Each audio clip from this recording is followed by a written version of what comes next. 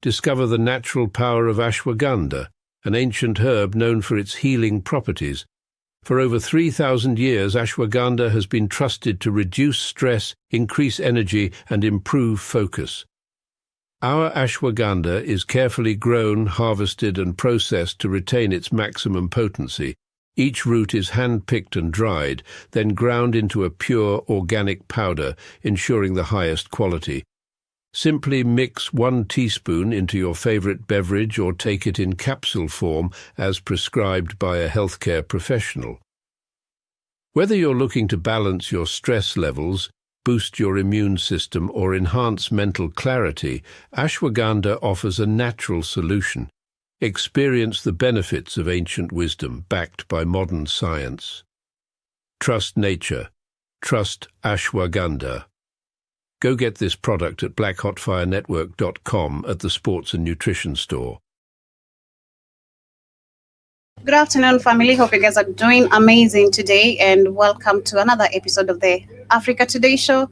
My name is Joby. To those who are here for the first time on all our YouTube channels, returning listeners on the radio stations, Spreaker, Spotify, Karibuni Sana. I hope I'm loud and clear, or I hope the voice that is outside is not competing with mine, but I hope you guys can hear me loud and clear. Karibuni Sana once again. This is the Black Hot Fire Network.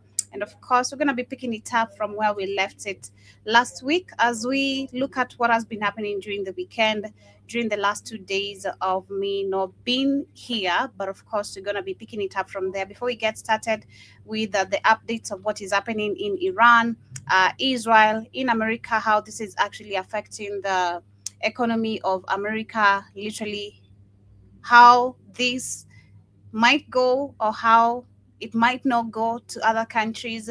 We're going to also be looking at Cuba, which you can see, if you've seen maybe majority of the video circulating online, Cuba is currently under total darkness. And I read something very interesting today on a video that I bumped into earlier, one among the videos of the current situation in Cuba. And then someone said that this is actually, I think, a testing ground of them seeing if the rest of the world is going to accept what they're doing to Cuba, because as much as it's all about the energy and all that, somebody said, and I feel like it's true because it goes back to so many conversations we've had before, back in 2023, 2022, of some of the things that they could do or how they test to see how the rest of the world is going to respond. So I don't know, but we're going to be looking at that. Before we get into it, kindly remember to get yourself this amazing organic supplements on the BHFN Sports page. And you can get that by downloading the app on the Google Play Store. But being on a Wednesday, we're going to start with some amazing historical video. Last week, we shared about some oxtail, where oxtail originated from and how this became a luxurious food in some of the hotels. But today we're not dwelling on food. We're going to be looking at how the Black Harlem hustled a white millionaire, rather the white millionaires. So karibuni sana, and hope you guys hit that like button, subscribe if it is your first time, and enjoy today's conversation. Keith should be joining us in a few, so we're looking forward to that. History books teach us that the Harlem Renaissance was just a random explosion of Black expression and art. They make it sound like everyone held hands, played jazz, and white folks stood up and clapped. But that's a lie. The Harlem Renaissance was actually highly planned and heavily funded. We weren't just here to entertain the world. We proved that we could create art and took over the global culture. But like any good story, it destroyed itself from the inside. So join us today while we talk about how we built the Harlem Renaissance and took control of our image. This is One Mic Black History. I'm your host, Country Boy. If you like stories like this, you can find more stories like this at OneMicHistory.com, and you can also find me on Substack. But without further ado, let's get started. If you've been following the channel, you already know the story of Philip A. Payton. We talked about how a black real estate agent took over empty white luxury buildings in early 1900. He turned white desperation against him, rented those buildings at a high price to black tenants, fought off a white real estate mob, and essentially evicted white folks from Harlem. But getting into the buildings was just the first step. Owning the physical block means nothing if you don't own your own story. Once we secured the real estate, we had to go to war for our image in the eyes of the country.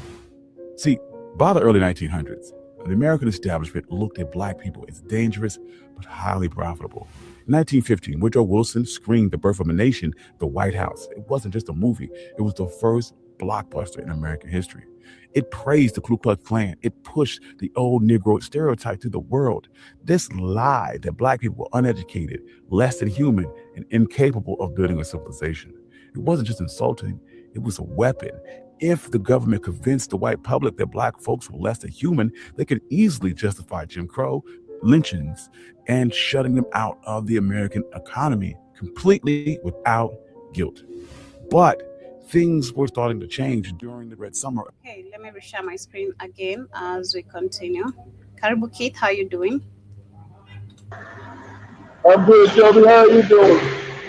I'm great. Can't complain.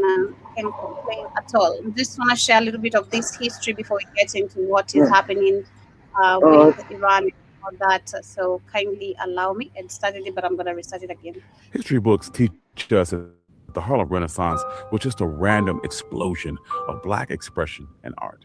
They make it sound like everyone held hands, played jazz, and white folks stood up and clapped. But that's a lie. The Harlem Renaissance was actually highly planned and heavily funded. We weren't just here to entertain the world. We proved that we could create art and took over the global culture. But like any good story, it destroyed itself from the inside. So join us today while we talk about how we built the Harlem Renaissance and took control of our image. This is For My Black History. I'm your host, Country Boy. If you like stories like this, you can find more stories like this at OneMikeHistory.com. And you can also find me on Substack. But without further ado, let's get started. If you've been following the channel, you already know the story. Empty white luxury buildings in early 1900. He turned white desperation against him, rented those buildings at a high price to black tenants, fought off a white real estate mob, and essentially evicted white folks from Harlem. But getting into the buildings was just the first step. Owning the physical block means nothing if you don't own your own story. Once we secured the real estate, we had to go to war for our image in the eyes of the country. See, by the early 1900s, the American establishment looked at black people as dangerous but highly profitable. In 1915, Woodrow Wilson screened The Birth of a Nation, The White House. It wasn't just a movie, it was the first blockbuster in American history. It praised the Ku Klux Klan. It pushed the old Negro stereotype to the world. This lie that black people were uneducated, less than human, and incapable of building a civilization. It wasn't just insulting, it was a weapon. If the government convinced the white public that black folks were less than human, they could easily justify Jim Crow, lynchings, and shutting them out of the American economy completely without guilt.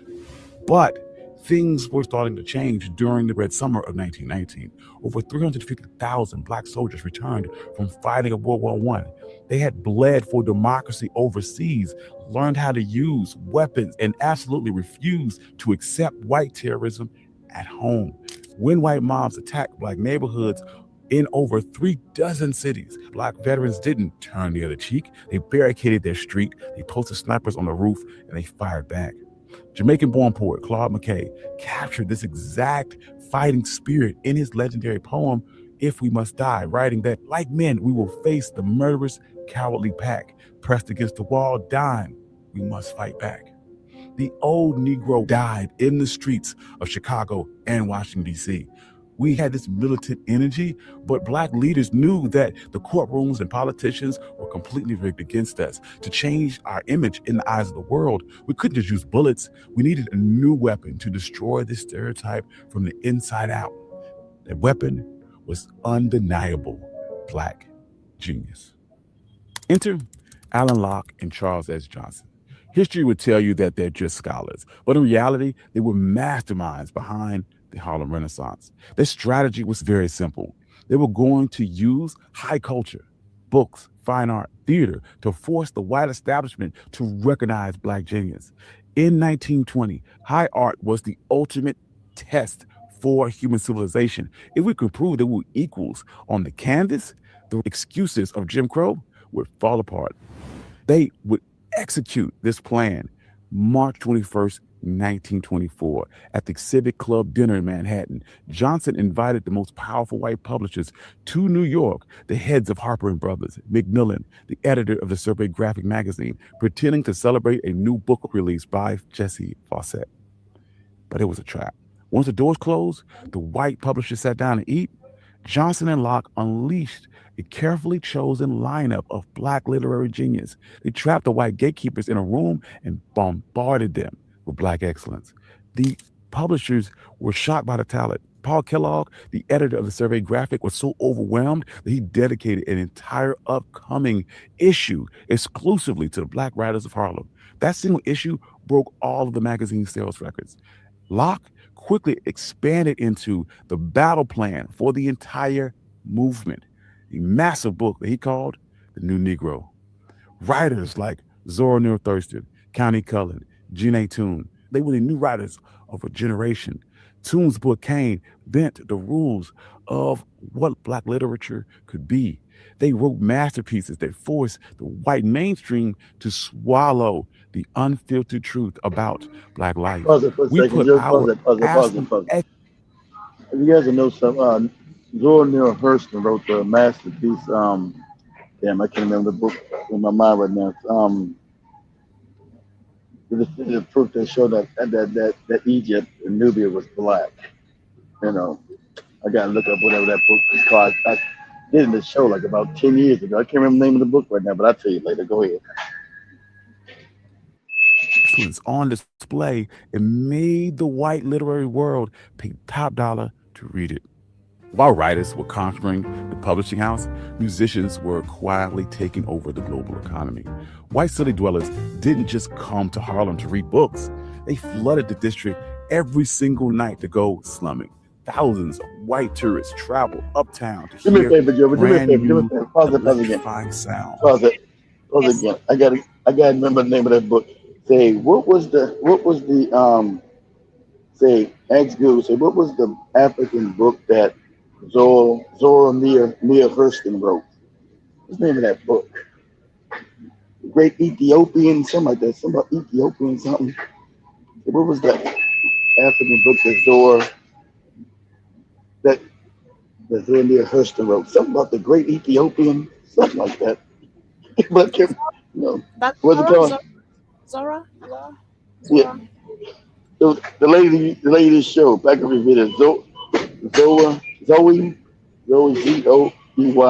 Neale Hurston. Yeah, we're right there. It should show her name.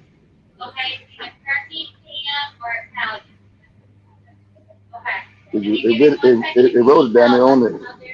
They wrote her name on the screen. Let me see. Zora. Here Okay, you go. Zora. Here you go. Zoa. Yeah, Zoa Neale Hurston. I can't believe something about the Great Ethiopian or some shit. I can't, but it's not good. Oh, I did a whole show on her damn book. Looking at my book, The the books that story. wrote. There's the story of the last black cargo. Um, that was a non-fictional book based on her 1927, 1931 interviews. Okay, let me see. I just said, just name all her books. Say all titles. Say all Zora Neale Hurston titles. They should pop up so I can remember it again. Something about the Great Ethiopians. Can't believe I can't remember this name of this book. Thanks, Jimmy J. Yeah, Zora Neale Hurston. I can't believe I can't remember the name of this book. This is crazy. Mm. Okay, we have the Jonas Round Vine that is in 1934. We have The Eyes Were Watching God 1937. We have Moses, Man of the Mountain, Sarah of syrup on Suwani, if I'm pronouncing correctly. We have the life of Herod of the Great. We also have mules and men, telling my horse, every tongue got to confess. We have Go Gator and Muddy the water. We also have Dust, the non-fictional ones, and AC we have the Dust and the Road, Barkun, the story of the dust, Cargo. We also have You Don't Know Us Negroes and other essays. And then we have the complete story and the color struck. I think those are some of the books that. Don't worry, I'll find it. Let's start the one. I'll find it later. Okay. Thanks, sir. Okay. Cool. Stay tuned. They were the new writers' books. They flooded the district every single night to go slumming. Thousands of white tourists travel uptown to hear brand new electrifying sound called jazz.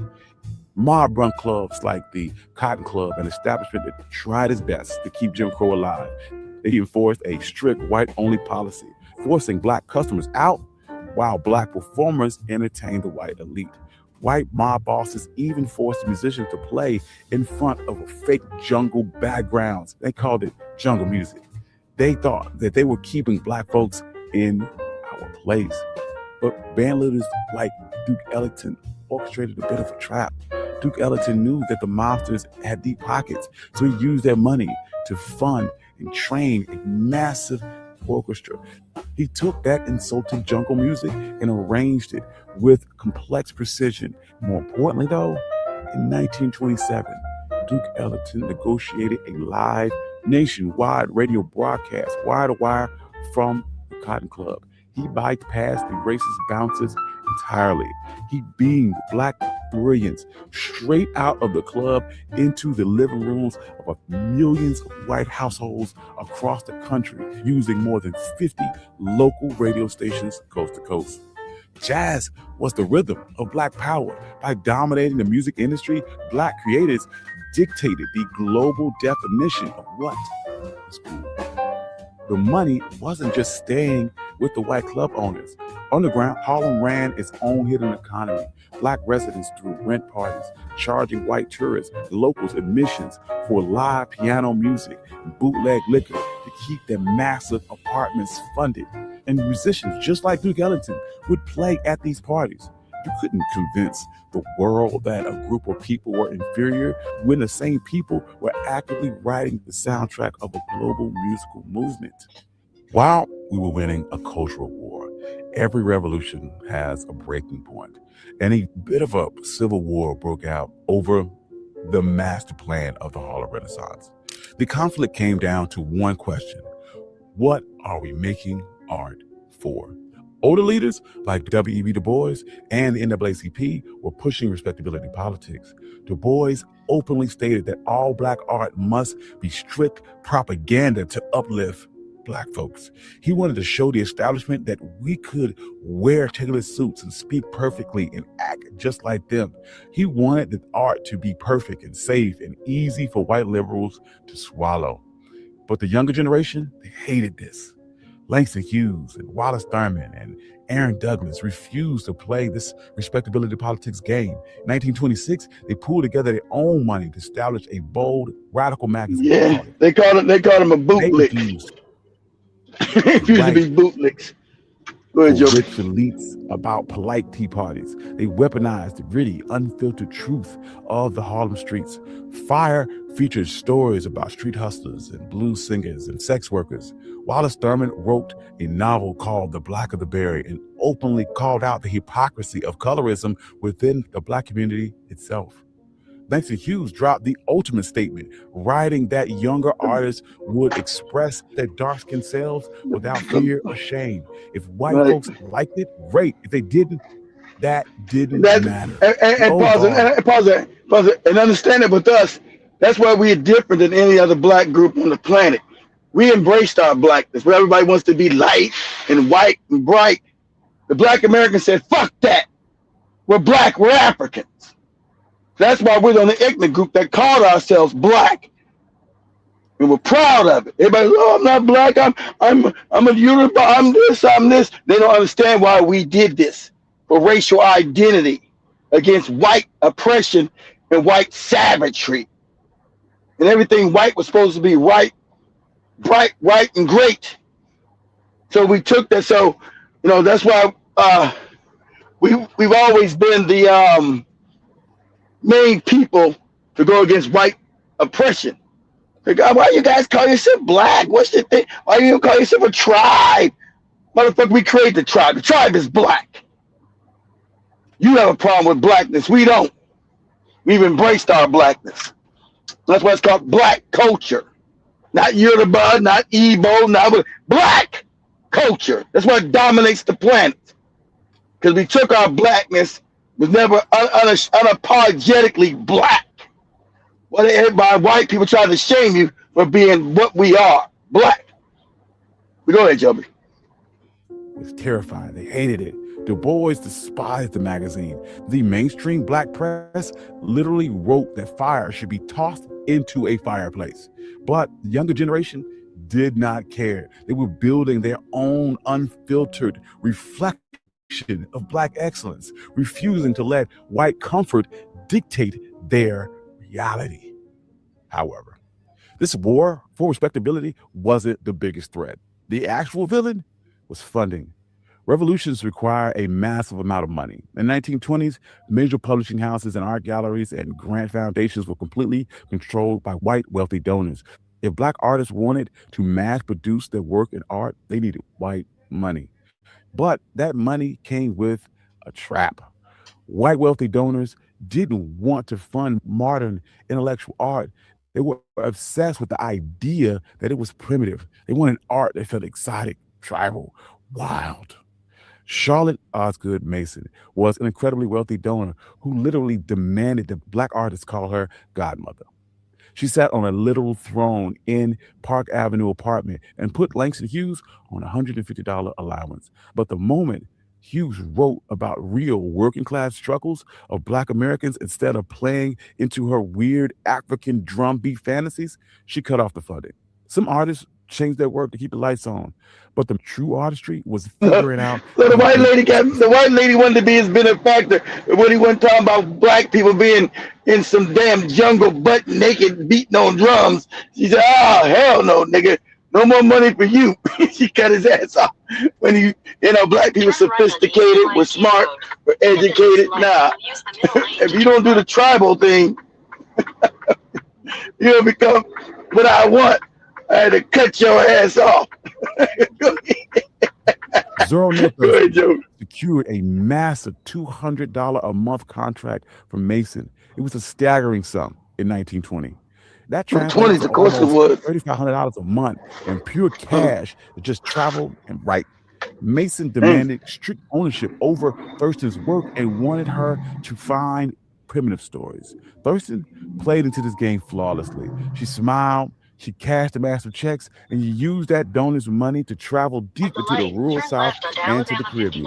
She used white folks' rules against them, documented authentic hoodoo and folklore before it could be erased.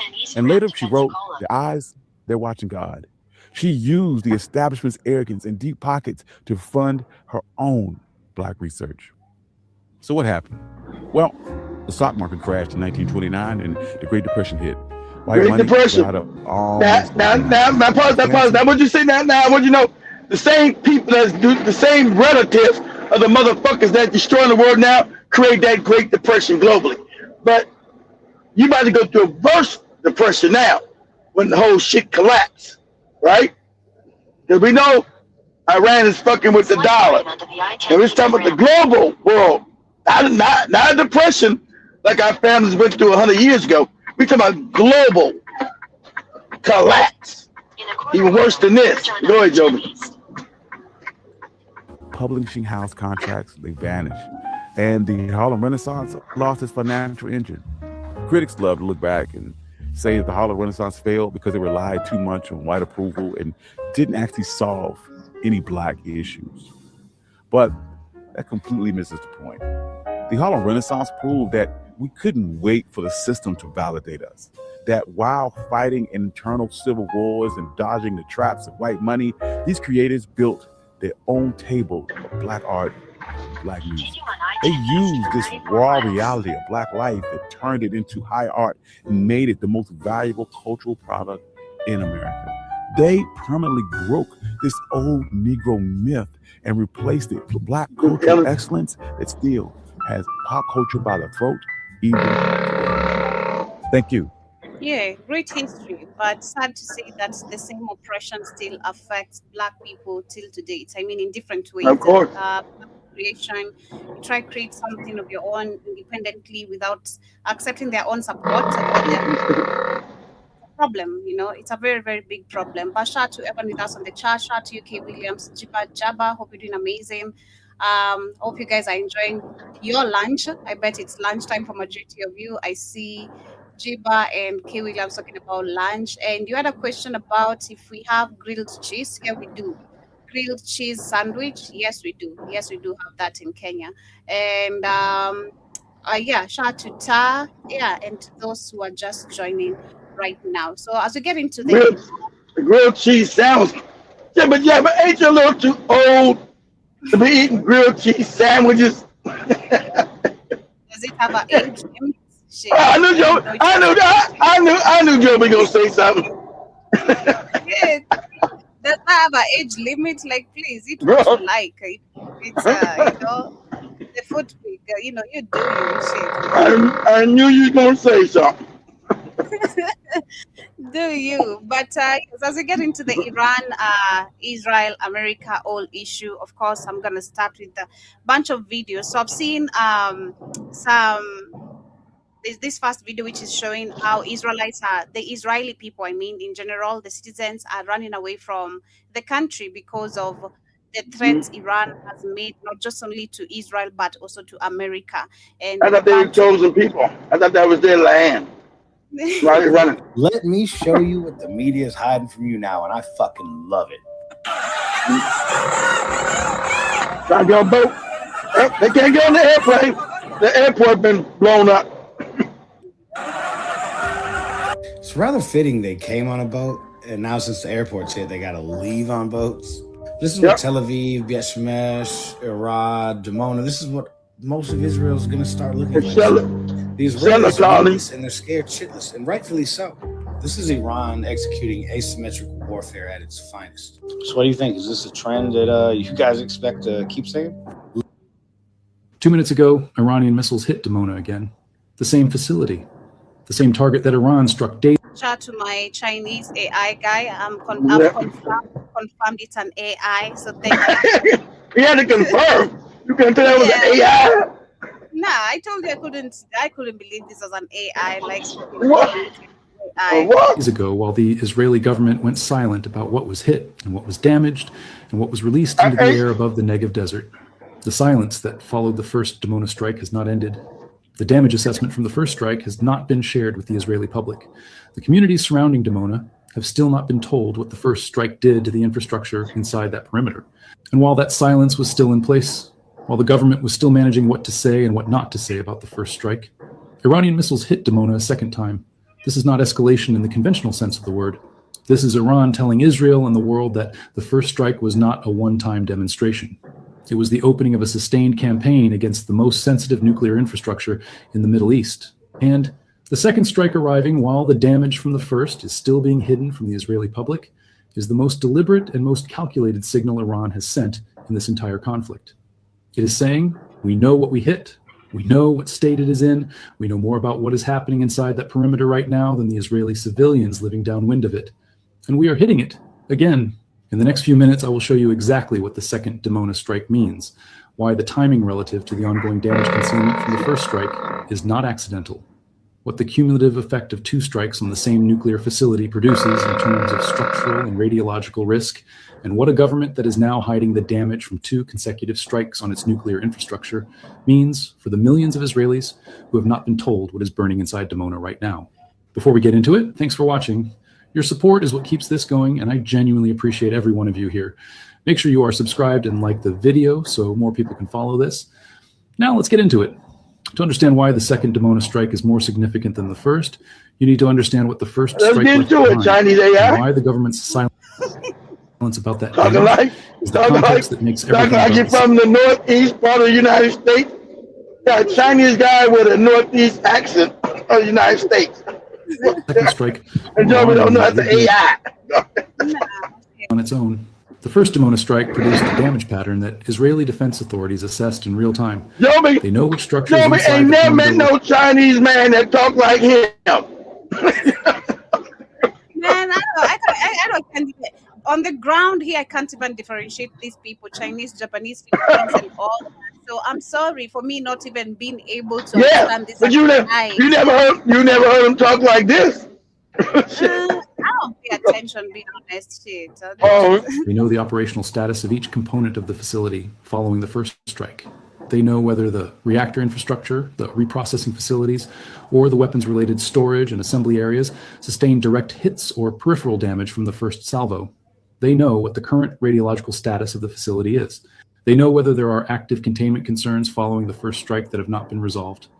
And they have chosen not to share any of that information with the Israeli public, with the communities in the surrounding region, or with the international community that has a legitimate interest in the radiological status of a facility that sits in a desert whose wind patterns can carry contamination across significant distances. That silence was already the most consequential information withholding of this entire conflict before the second strike arrived this morning. The second strike has now compounded everything the first silence was concealing, because whatever damage the first strike produced inside the Dimona perimeter, the second strike has now added to it. Whatever structural integrity was compromised by the first salvo now faces additional stress from the second. Whatever containment challenges existed after the first strike now face the additional impact. Now, during the weekend, we had Netanyahu who called the world leaders, all the world leaders, to join the U.S.-Israel war. please. Iran. They told him to kick rocks. It is that some countries were already moving in that direction. We've seen the UK. I think they already gave access to. They gave US a base where they can easily attack Iran. I saw that during the weekend, and then No, they didn't. Joby's talking about, no, it's not easy to attack. It's always a sheer base. Joby's talking about Diego Garcia, which sits, Joby, almost 4,000 miles away. So that's not easily access Iran. So imagine you in Nairobi, and somebody gives you a base over Harare, Zimbabwe, to attack you in Nairobi. That's what. So it ain't close. Makes sense. Okay. So we have some major breaking. Supposedly, So we have some major breaking news coming from the Israel-Iran war. And let me tell you, this time around, we are all going to know the truth. So Israel is now claiming that Iran bombed their hospital, one of the largest hospitals in Israel. And let me tell you, what was found below that hospital is going to shock the whole world, because everything is now coming out and nothing is being hidden. In the underground of that hospital was where Israel was keeping missiles and tanks. Let me tell you, the videos that are coming from there are very much shocking. And the truth of the matter is that Iran did not bomb that hospital. It was a shockwave that hit that hospital. Iran was targeting a military facility which is just next to that hospital. But after the blast, it is now what is coming out. There is a lot of tanks and a lot of missiles below that hospital. For all the days, Israel was saying that Gaza was hiding their weapons inside the hospitals and the civilian homes. But it is now turning out that Israel was doing the same in their country, and now they are blaming Iran, and they are saying that Iran will pay a heavy price for attacking a hospital. The kind of propaganda Israel is trying to pass to the whole world is that Iran is a very bad nation. But indeed, it is now coming out that Iran didn't even have any aggression of even acquiring a nuclear weapon. And yet, Israel has been saying that Iran is 2 weeks into making a nuclear bomb from 1990 up to this date. So they just wanted to attack. supposedly, they actually targeted a bunker which was likely sheltering Israeli nuclear scientists. It's located 10 kilometers, about 5 miles away from the Dimona nuclear facility, as you can see here in this image. There are some more photos from the early morning hours of the destruction that was wrought in Arad. Netanyahu decided he was going to take a visit to the city, so he went to Arad, and you can clearly see the look of shock on his face. If you follow the mainstream media, if you listen to just whatever Netanyahu has to say when his messages get aired for a few minutes as he is, rummaging through the rubble of Arad, Israel, or Tel Aviv, you might believe that Iran is the big, bad, scary, terrorist country that they all claim it to be. But the truth is, what took place in Israel last night, 2 major waves of strikes, one on a city called Arad in Israel in the Negev desert, and also there was one on the city of Dimona. These were, in fact, retaliatory, meaning certain targets were hit in Iran, and as a result of that, the Iranians decided to respond by hitting similar targets in Israel. Now, Dimona, if that name rings a bell, the reason why Dimona is such an important city, such a noteworthy city, is because of the fact that Dimona is home to Israel's secret nuclear program. Isn't it funny, Isn't it funny? Israel's the only country that have nuclear weapons and don't have to tell nobody. Why is that? Why is Israel the only country in the world that has nuclear weapons and don't have to tell nobody, but everybody knows they got them? Because the UN was created by these motherfuckers. That's why. That's fake United Nations. And it's funny, when Israel and America attacked Iran, yet the UN condemned Iran for being attacked, for getting punched in the face. That's how you know the UN is fake. It's supposed to be a secret. Israel doesn't have nuclear weapons. If it does, it's a secret. No one's supposed to know. Everybody knows they got them. Well, John F. Kennedy got shot in the head, too, because he said, we're not going to let Israel create a nuclear weapon. Shit. So you're not going to let us do what? We do what the fuck we want to do. We're the Rothschilds. Yeah, you're talking about. So, everybody knows there are nuclear weapons there. But Israel supposedly don't got no nukes. Go ahead, Joby.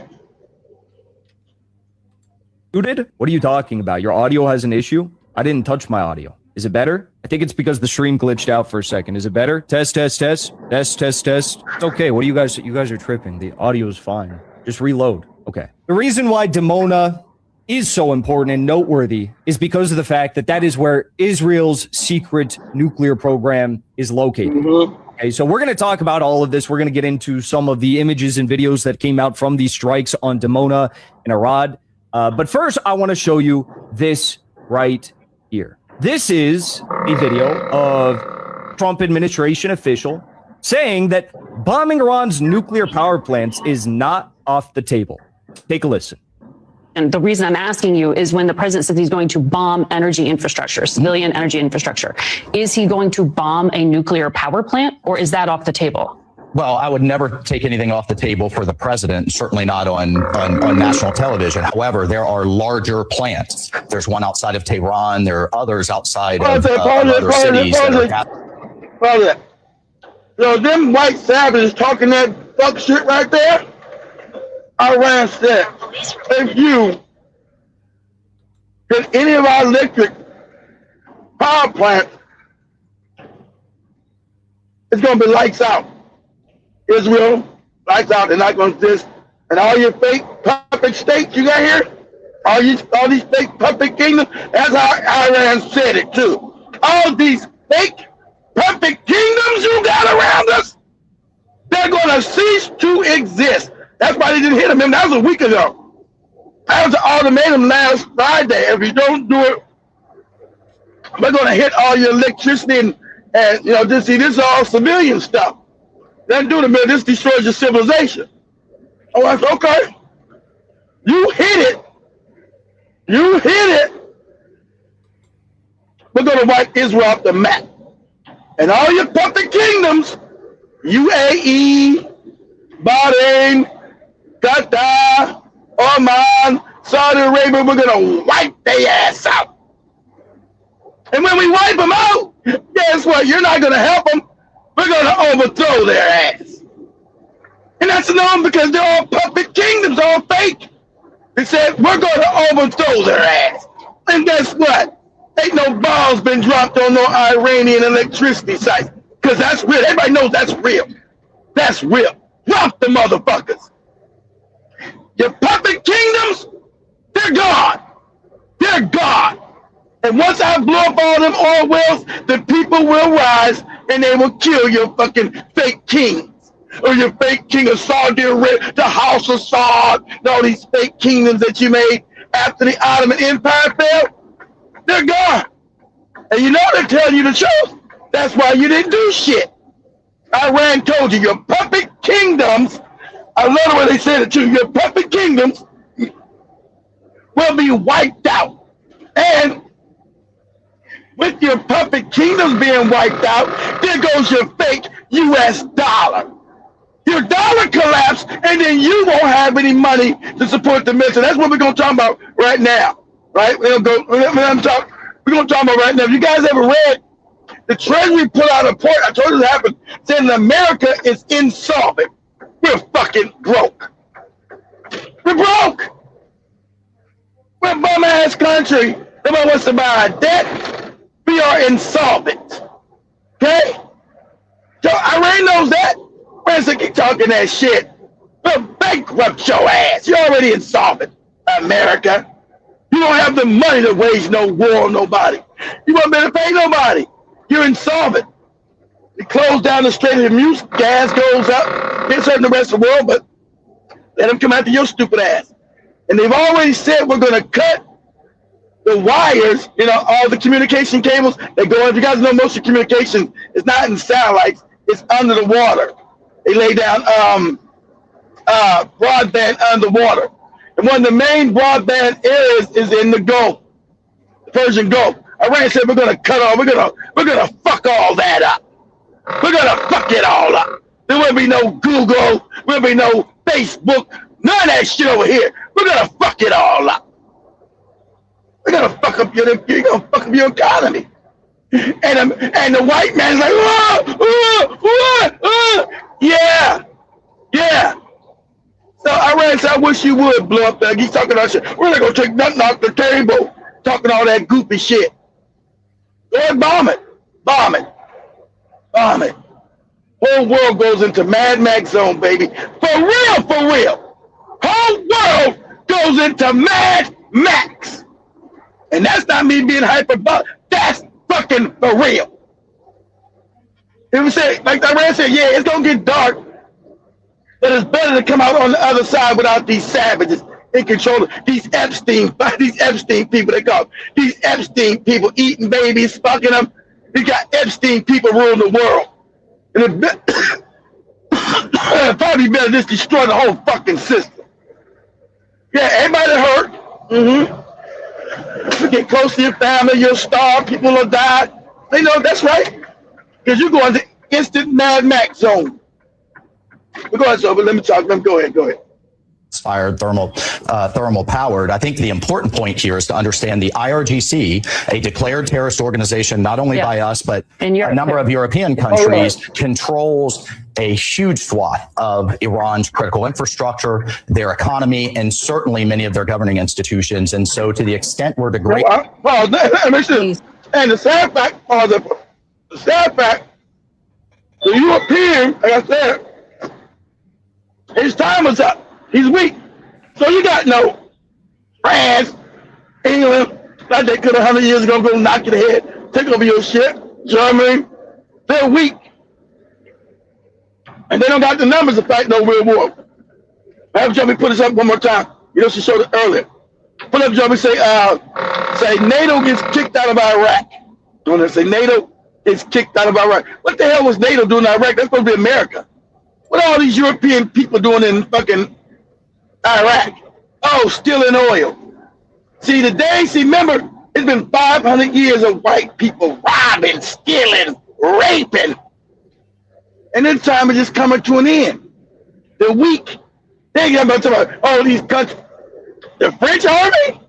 The British? The Germans? Man, you better off having goddamn Chuck E. Cheese fight for you than these fucked up militaries. Yeah. And why Iran is laughing. Who's coming? Who's coming? Come on. Iran said, this is not me. I'm not being hyper. Iran said, come on. Get this work. Come get it. Come get this work. Go ahead, Joe. We're going to play.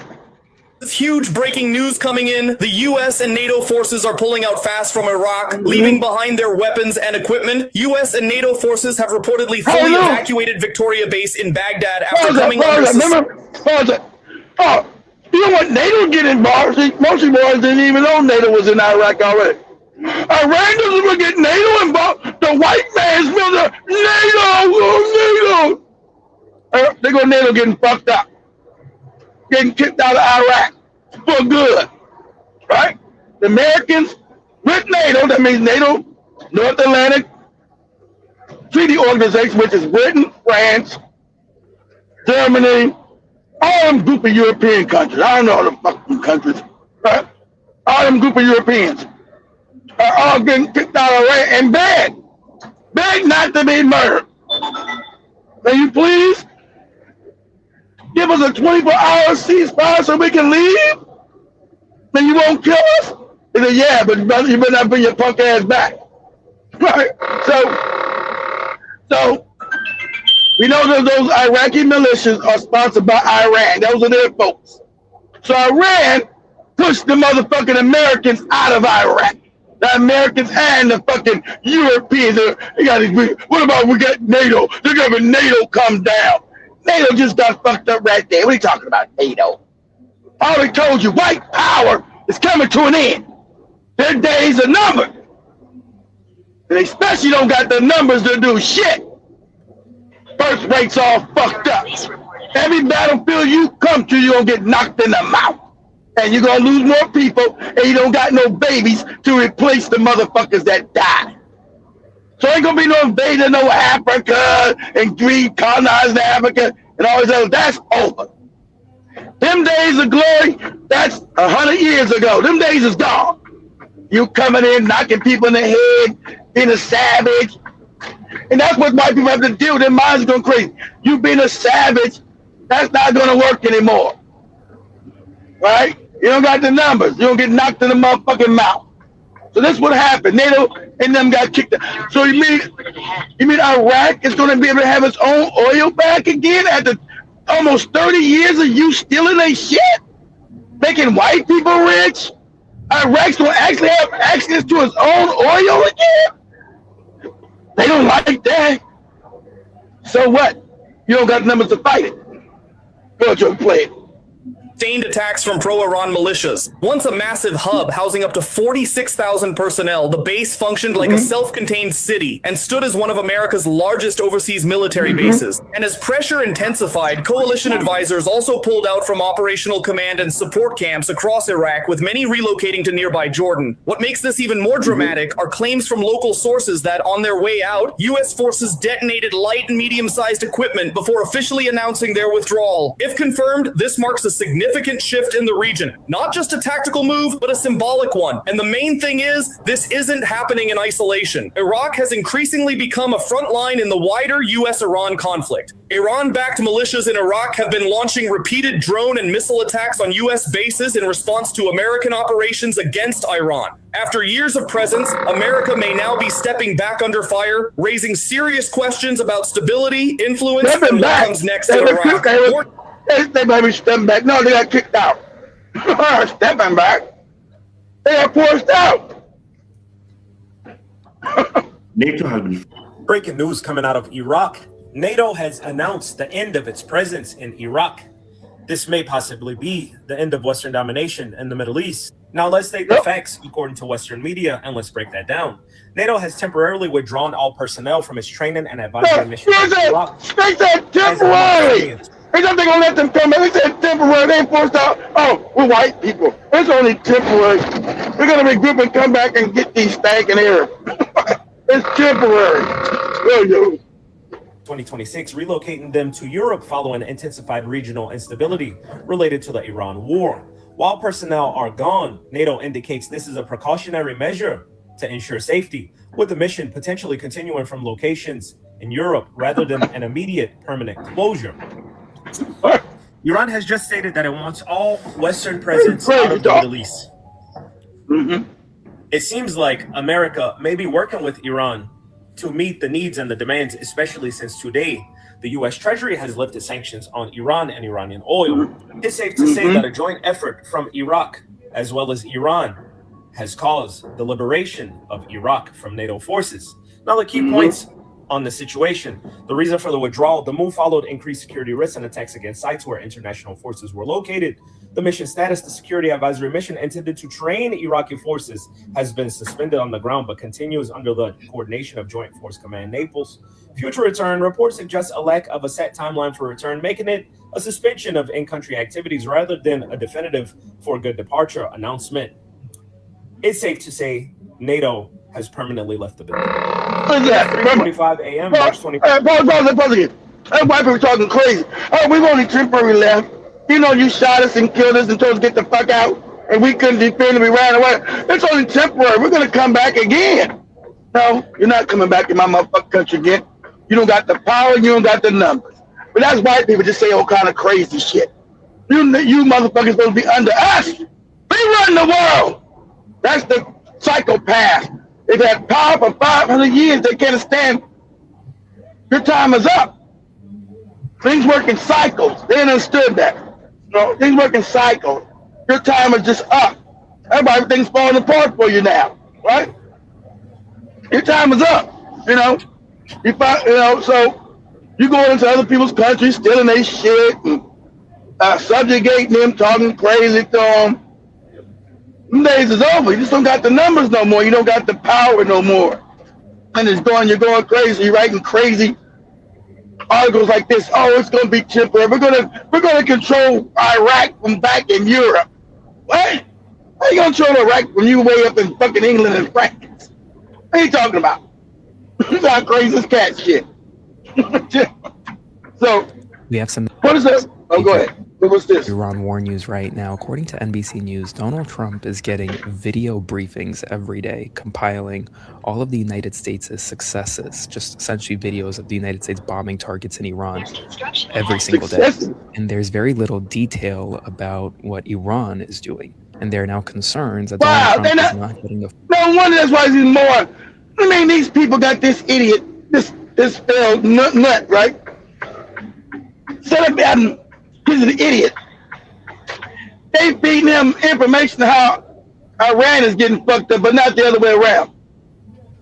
He's too stupid and too fucking docile and an idiot and have yes men and say, no, I need to see the full picture. What's going on with Israel and what is Iran doing? That'd be common sense. He's too goddamn stupid just to have people just tell him stupid shit. And that's why he sounds crazy out here. Everybody call him deranged. Everybody's calling him he's a deranged lunatic. What are you talking about? Shit, we're just doing a great job. Our military's killing everybody. We're just killing everybody and winning. Like, what are you talking? What world you living in? What are you watching? You know, they got him the deranged lunatic living in the White House. So, you know, common sense. Hold on. Give me up. Common sense would have you a leader. You want to know both sides. Okay, so what's the other angle? Not just the positive. What is Iran doing to us? Where we stand with Iran? Because they're making me look stupid out here. They keep telling me Iran is fucked up. They don't have the capacity to launch even missiles. And every day they keep fucking blowing up shit. I don't got the capacity there. That'd be common sense, but he's a moron. He's always been an idiot. He's failed at everything he's done. And that's what I'm about to say. So get off of him, Joe. Go type in, say the U.S. Treasury. Type in, say U.S. Treasury. The U.S. Treasury says America is now insolvent. Insolvent. Means you're broke. Means you're collapsed. And we can't afford no more wars. We're already broke. So, and Iran knows this. So we're going to collapse you. We're going to collapse the U.S. Now we're going to collapse your ass. I'm hoping that they don't fuck up. Give me 2 more years to get my shit together. Y'all don't find it strange that while all eyes are on Iran, The U.S. has been declared insolvent, which basically means bankrupt without filing the paperwork.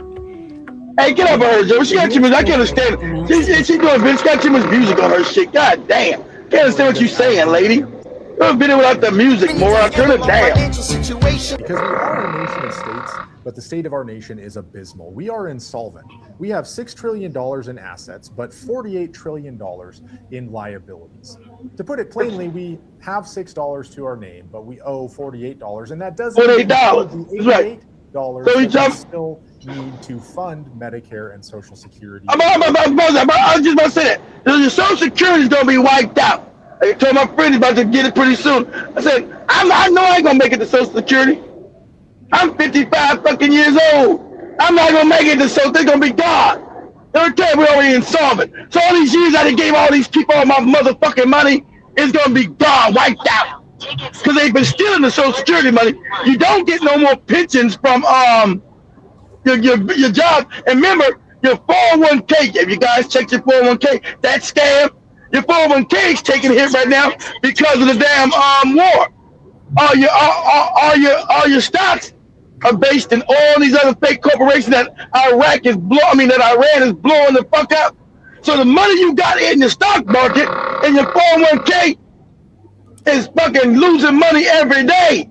I lost about $5,000 goddamn dollars in a week. But I knew that was gonna happen with the 401k bullshit. That scam. So if Iran pushed the trigger and decides it wants to destroy the world economy, your 401k is back to zero. Nothing. Zero. You don't got no Social Security. Your Social Security's gone. I've been putting in this shit since I was 15 years old, working at Popeyes and shit.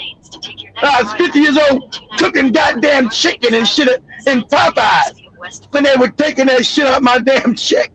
That's Social Security. You know, when you're young, you know that shit. What's that shit called? And you think called Sika, a psycho, whatever shit was called. When you was a kid, you look at the check like, who's this psycho motherfucker? Who is that? Why they in my check? You know, when you're young, because I had to get a work. You guys remember, when you're 15, you only can work for America till you're 16. So I had to get a worker's permit signed by my mom to let me work at 15. Right? And you get your first check, you're looking at all your deductions. I know I'm not the only one who's done it. All you guys have done it. When you're young, you're 15, you get your first fucking crummy job at a fast food restaurant, McDonald's, Popeyes, whatever. Mine was Popeyes. So you guys know, you look at your first thing, you say, who's this Sika, Pika, whatever, was it Fika, Pika, whatever, Fika? You're like, who's this Fika motherfucker? Why are they getting my money? Because at 15, you know what Social Security is. You say, who the fuck is FICA? Why they getting my money? Who the fuck is this? You know, because your parents ain't told you shit. You say this because, you know, you got your regular tax. You say, okay, who's this sicker FICA motherfucker? Who's this? This some other tax? This some other shit? Like, who's this FICA motherfucker? Why they getting half my bread? half my cheese? You know, why do motherfuckers? You say, oh man, that's Social Security. Like, what the fuck is Social Security? What's that? You know, you 50, of course you know what it is that, but you 15, I'm 15. Like, what the fuck is that? What the fuck is Social Security? Oh, when you get older, that's them putting your money into a trust. And when you get older, you'll get all that money back when you turn 65. You know, you're 15, like 65. You know, that's long way away, right? You're like 65. I'm supposed to get all my shit back when I'm 65? God damn! Right? So what you thinking? You think these motherfuckers gonna take money from me till I'm 65? So yeah, but you'll get that's like your retirement plan that the government gives. The government knows you're gonna fuck around, so they're gonna take that money and put it aside for you, and you'll get it back when you're 65, so you can retire a little bit, so you won't retire with nothing. You don't know no political shit. You're only 15. You know these motherfuckers have been stealing from the fund because it shouldn't be insolvent. Social Security has nothing to do with what he's talking about, right? He mentioned it, but Social Security's outside the government budget. So he shouldn't be putting this in his mind, but they've been stealing the money. Because remember, it's a trust. Social Security's in a trust fund. So it's not actually part of the government budget, but they've been stealing from the shit. And who's going to stop them? Who's going to arrest these crooked motherfuckers? So I told you, Social Security is going insolvent too because they've been stealing from it. It's not part of the government budget because that's your money. How's my money part of the government budget? You've been taking my damn money and then supposedly putting it aside for me until I get old. But since that's free money and all these crooked ass politicians, they just go and just take millions and shit out the shit. Millions out that shit and never put the money back up in there. And so now, right when I said 8 years ago, I said, right, my fucking luck, as soon as I'm about to get old, as soon as I get old, they gonna steal all that shit. But it's my turn to get my shit after working at Popeyes and say, who the fuck is this Spiker? Who the fuck is these people? Who the fuck is Spiker? Why are they in my damn pocket? Who's Spiker? Why are they in my damn pocket? You guys know you all done did that when you were young and you got your first goofy job. No, I think I got that. Yeah, that's my first, your first goofy job. I think Popeyes was my first job. Actually, I think it was Popeyes. Yeah, it was Popeyes. You get your first goofy check. You look at all your deductions, like, where my money going at? Look, all these people all in my goddamn pocket. Look at all these damn crazy taxes on your check. Okay, that's the regular tax. Then you got state tax. That's why I live in a state that don't got no tax. You know, you gotta live in states where you got tax. You guys get that double. So you get federal tax, and you guys get state tax, and you get that FICA shit. There was some other shit I probably remember. I can't remember. But that time I was living in a state that has state tax. I was in California. That has state tax. Like, what? You got the California tax, you got the United States tax, you got the FICA tax. Like, goddamn, I don't even ever get all my money before I get a dime. They're all in my damn pocket. Shit. Call these damn taxes. So, shout out to Florida. Florida don't got no tax. I don't got no income tax. If I move to a state like Texas and Florida, where you ain't got no income tax, I'm not giving you shit. Get out my pocket. Anyway, but yeah, but go let them play. Careening off of a financial cliff, and we've been there for a long time. I'm actually a pretty fiscally conservative guy. I wish we would return to an age where balancing our federal budget mattered. And when we didn't have enough money, we didn't just say, that's all right, we'll just keep spending it. We actually figured out how to cut the budget and balance it. One of the biggest concerns is Pete Hegseth's Department of War Crimes, which gets 13 to 15% of our discretionary federal budget every single year. And yet for consecutively, they were taking your Social Security money. They don't provide. They were taking your Social Security money and they were putting it into that budget. And they were stealing all the money. They were going to your Social Security account, take that money and put it in the goddamn federal government budget, which is supposed to be illegal. Because your Social Security is not supposed to be part of no damn federal government. Go ahead, gentlemen. Enough information for auditors to actually say we're confident that these financial statements are accurate. We are sending money into black holes and abysses that we don't have any accountability over, and a reckoning will be coming, whether for us or for our children. Yep. Is America officially broke? The world's biggest superpower is drowning in $34 trillion of debt. Let me explain how bad this is. If you spent $1 million every single day since Jesus was born, you still wouldn't have spent $1 trillion. America owes 34 times that amount. Every citizen, including this baby born today, owes $100,000 to the government. So how do they pay it? They don't. They just print more money. It's a Ponzi scheme. The more they print, the less your money is worth. Other countries are watching. China and Russia are dumping the dollar. The king is falling. Do you trust the US dollar with your savings? Tell me in the comments. So in this week's news, the US government... That's 2022. Well, go. Oh, yeah, go.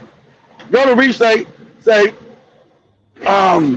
gotta go read, say, U.S. Treasury. U.S. Treasury has come out and said that the U.S. government is insolvent. That was just this week. Let me share this as I look. This is a tracker of exactly how much the war in Iran has cost us this far. And currently costing us $11,000 per second, which means by the end of this video, we will have spent $1.5 million on this war. Meanwhile, despite the president's best efforts to do everything he can to try and curb the price of a barrel of oil, we have been consistently at above $100 for a week. And I'm sure, as you're aware, the president and Secretary Hegseth have requested a further $200 billion in appropriations from Congress to further fund this war. Meanwhile, Congress is stuck in a brawl right now over the SAVE Act and DHS funding. As gas prices continue to skyrocket, let's take a step back and look at the comparable costs of this war as it relates to an America First agenda. One single Tomahawk missile costs about $2.2 million, and it is estimated that we have fired anywhere between 5,000 to 10,000 since this war began. For context, one single Tomahawk missile could provide 800 children with Medicaid coverage for a year. How about that? By 10,000. Hey, what's that? $25 billion could fully because the James own all these damn weapons, all these damn. It's a grip. He's making all these fucking useless weapons for millions of damn dollars that don't work. Right? That's why we don't have good health care. Why we don't got good roads? We spend all these billions of dollars for these goofy ass fucking weapons. You see they worthless. Iran been fucking all these fake weapons all up. So it's a grift. It's a card to give motherfucking weapons manufacturers billions of dollars that don't produce shit. Why they can't? We can't have no. Remember, see all the meters. They scared all you people doing the election. Hey, America must be strong. We got people out there killing. We must have a strong military. That's why they can keep scaring you, and you keep voting for stupid shit. They keep the budget keep going. The American military budget is over $1 trillion a year. And the country looks like shit. And you're losing the war. You spend over $1 trillion a year on some fucking military shit, and you're getting blown the fuck up. When you could have been buying, you could have good health care, good schools, good roads. Oh no, that's liberal shit. Got the dumbass white man. That's liberal shit to be able to take care of your family, have good food, a decent house. We're supposed to have savagery and kill and weapons. Right. Go ahead, Joe. Million Americans for an entire year. $50 billion was cut from the Rural Health Fund, which provides healthcare access to rural Americans, and states are now scrambling to figure out how to backfill this. Well, the amount we've spent on this war could actually cover 2.5 years of the Rural Health Fund cuts. But what about this $200 billion number? First off, $200 billion is more than any other country on Earth spends on defense, except for the United States. But here is the math that nobody is talking about right now. If we're spending approximately $1 billion per day, and he is requesting $200 billion, the president is effectively saying that he anticipates that this war could last for 200 more days. That's not even the worst part. As you know, I like to follow the money. Take a wild guess at who just invested a ton of money and now has ownership stake in a drone manufacturing company that specifically supplies the military with drones. These two did. Yeah. We don't have money to did. Who was that? His family? Probably his family, some shit. Who is that? Let me see. I'm trying to see. Who is it? I mean, a minute. These two did. A minute, Kate. I'm trying to get it too. Just a minute. I'm trying to see. I don't know who these are. I'm just seeing the World Liberty Financial. That is Eric and Don Jr. Eric Trump and Donald Trump Jr. Okay, it's a grip. Exactly. So his whole family they're trying to get rich off the backs. This is so criminal. This is so blatantly criminal. See, remember, they're failed business. His whole family is failures. So now he's trying to get money off of government contracts because they know America's going to have to start making drones now. So they trying to get their money into drone companies to get paid, Joe. They're so criminal. Remember, they're all failures. Donald Trump Jr. is a moron. Eric Trump is a moron. They're all failures, like their daddy. They're idiots. Yeah. We don't have money to provide health care to millions of Americans. Exactly. We don't have money to We can't have health care. We can't have health care. We do have money to make sure that the president's sons make a lot of money over the course of the next 2 years. Exactly. Yeah. This America is already bankrupt. We are a country that runs solely on debt. Now, what's worse than bankrupting the United States is inflation. And there is good news to all of this. I'll get to that in a moment. The United States going to war with Iran would cause inflationary spikes. Now, the Federal Reserve has not been able to get the inflation rate below 2%. We're sitting at about 2.4%. We have not went below that rate. And that is one of the primary reasons so many Americans on a regular basis are struggling buying goods and services. Now, this large spike that you saw back from 2022 was actually driven by the money supply increasing significantly during 2020 and 2021. Now, we go to a war with Iran. One of the ways that the U.S. government will fund that war is by printing more money. And by printing more money, this will create a more difficult situation for average Americans due to there's all fake money. Print more fake money, so print more fake money, so everything goes up because the money's worthless. So print more fake money, so your inflation goes up because the money's not backed by it's fake. It's just paper. So you put more money out into the system, that devalues the money that's already out there because you put more fake money on top of fake money. So everything now rises up even more. And now it's even worse because you got oil, which brings gas, oil becomes gas, and all your products are made from some kind of oil, even your medicine. So if you're all fucked up, you've been eating the wrong things, you're all fucked up medically, right? All your prescriptions are going to go up because all your medications are oil-based. All this oil-based shit you've been fucking slurping down your gullet, right? You've been putting down your gullet. Is now oil-based. So you talk about your heart medicine, the high blood pressure medicine, all this shit's oil-based. And so now you're gonna be messed up even with that. So that's gonna go higher, So, it's just gonna be, this Trump boy, it's some wicked shit. So this is that's how all your groceries are going up because it costs more money to get things to market, transportation. So that means you're going to pay more for your GMO because we don't make nothing organic no more. We don't got no fruits and vegetables. So you're going to get more for your GMO and your 3D printed meat.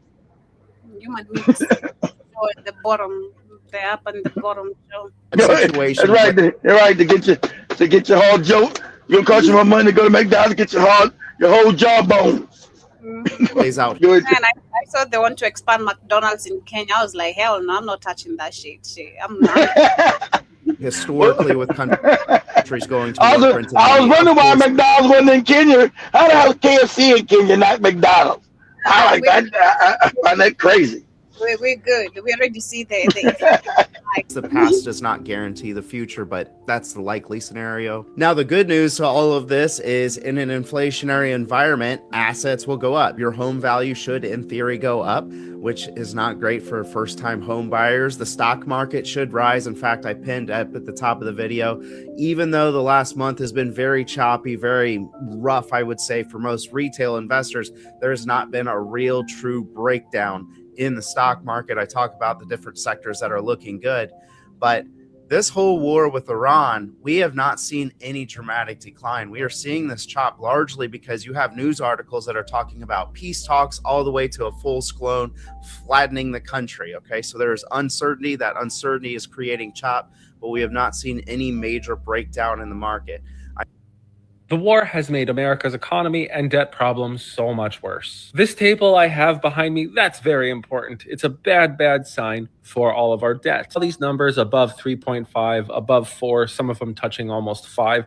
These are interest rates that the U.S. has to pay on its debt for certain durations of time. 2 years, 1 year, 10 years, 6 months, 20 years, 30 years, you get the idea. It's not the fact that we're $38 trillion in debt. It's the fact that these interest rates have never been this high when our debt compared to the overall economy has also been this high. Right now, our debt compared to the size of our GDP is about 125%. The last time that happened was World War II, but the interest rates were much, much lower. This means we are servicing about $1 trillion every single year in just interest on the debt that we've accumulated, which is about 3% of our GDP. And the last time we had that kind of a problem was during the 1980s. It was pretty brutal, but at least during the 1980s, the United States was cooperating with OPEC to flood the oil markets with as much supply as they could to bring down the Soviet Union.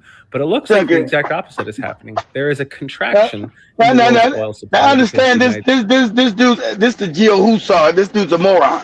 And he's evil like all whites. He's evil. Right? He thinks it's okay to kill babies and all of those shit. He left a comment with thing. We should still support America. So we don't support evil, moron. So don't get rid of him. Because I say something about why you get rid of him. When we continue, Joby. Okay. If you say so. Yeah, I'm about to get rid of him. Put him up there. So he's talking about the cooperation. Remember, these are puppet states. They're not about them cooperating. It's about these puppet Arab states doing what they're told to do because they know they were put there by the British and they'll get overthrown. They're fake kingdoms. So it ain't about them cooperating. It's about them doing. That's why you didn't hear the UN ever say anything about the Middle East family kingdoms. Why don't they ever have? Say when they told Burkina Faso, why don't you have an election? Where's your election? There's no elections in the UAE, in Saudi Arabia, in Qatar, in Kuwait, in Bahrain. Why don't they never bring them up about elections and dictatorship? Because that's their puppet countries. They tell you, Evil Terrain, you must give elections. You must do it now. You must do it. Why don't you do it? But they don't say nothing to them. All these fake kingdom countries, right? They don't say nothing because the UN is a scam created by the same people that's been robbing and invading people. They don't give a fuck about no damn democracy. They don't care about whether you are robbing and stealing for them in your country. So that's what this moron is saying. This dude's a moron. He's an idiot. His takes are so ridiculously biased and ridiculously crazy. I knew that when he started talking about Russia and Ukraine about 3 years ago. Russia's going to lose, the Ukrainians are going to win, and it's wrong for Russia to go and invade. If you guys don't know, Russia didn't invade Ukraine. Had no choice because the Americans and the wicked-ass Israelis were creating bioweapons in Ukraine. And they're releasing bioweapons on people and also overthrowing the governments so they could invade Russia. That's how you know he's dishonest. These people are dishonest actors. He won't say nothing about the genocide that's happening in Gaza. They just blowing up children, double tapping them, blowing up people. So his analysis, like most white people, is biased because he's a savage. Always understand where they come. They come from their savagery first. They don't come from morality. They're naturally immoral people. They're immoral. Natural. That's their nature, right? He's immoral by nature. So it's moral relativism. Whatever the thing might be, he sees morality is relative to him. It's moral relativism for him. He has no real moral. He's not moral. His morality is fake. He doesn't see like, okay, this is wrong in this circumstance. He'll take the same circumstances right if it benefits white people. So he's immoral across the board, like most of them are. This bastard is immoral. So whenever they give you some analysis, always come from the point of view, first of all, that these motherfuckers are immoral. What is the angle? Because they never come from an angle of honest inflection. It's always some shit that benefits their immorality. Go ahead, Joby. time we had that kind of a problem was during the 1980s. It was pretty brutal.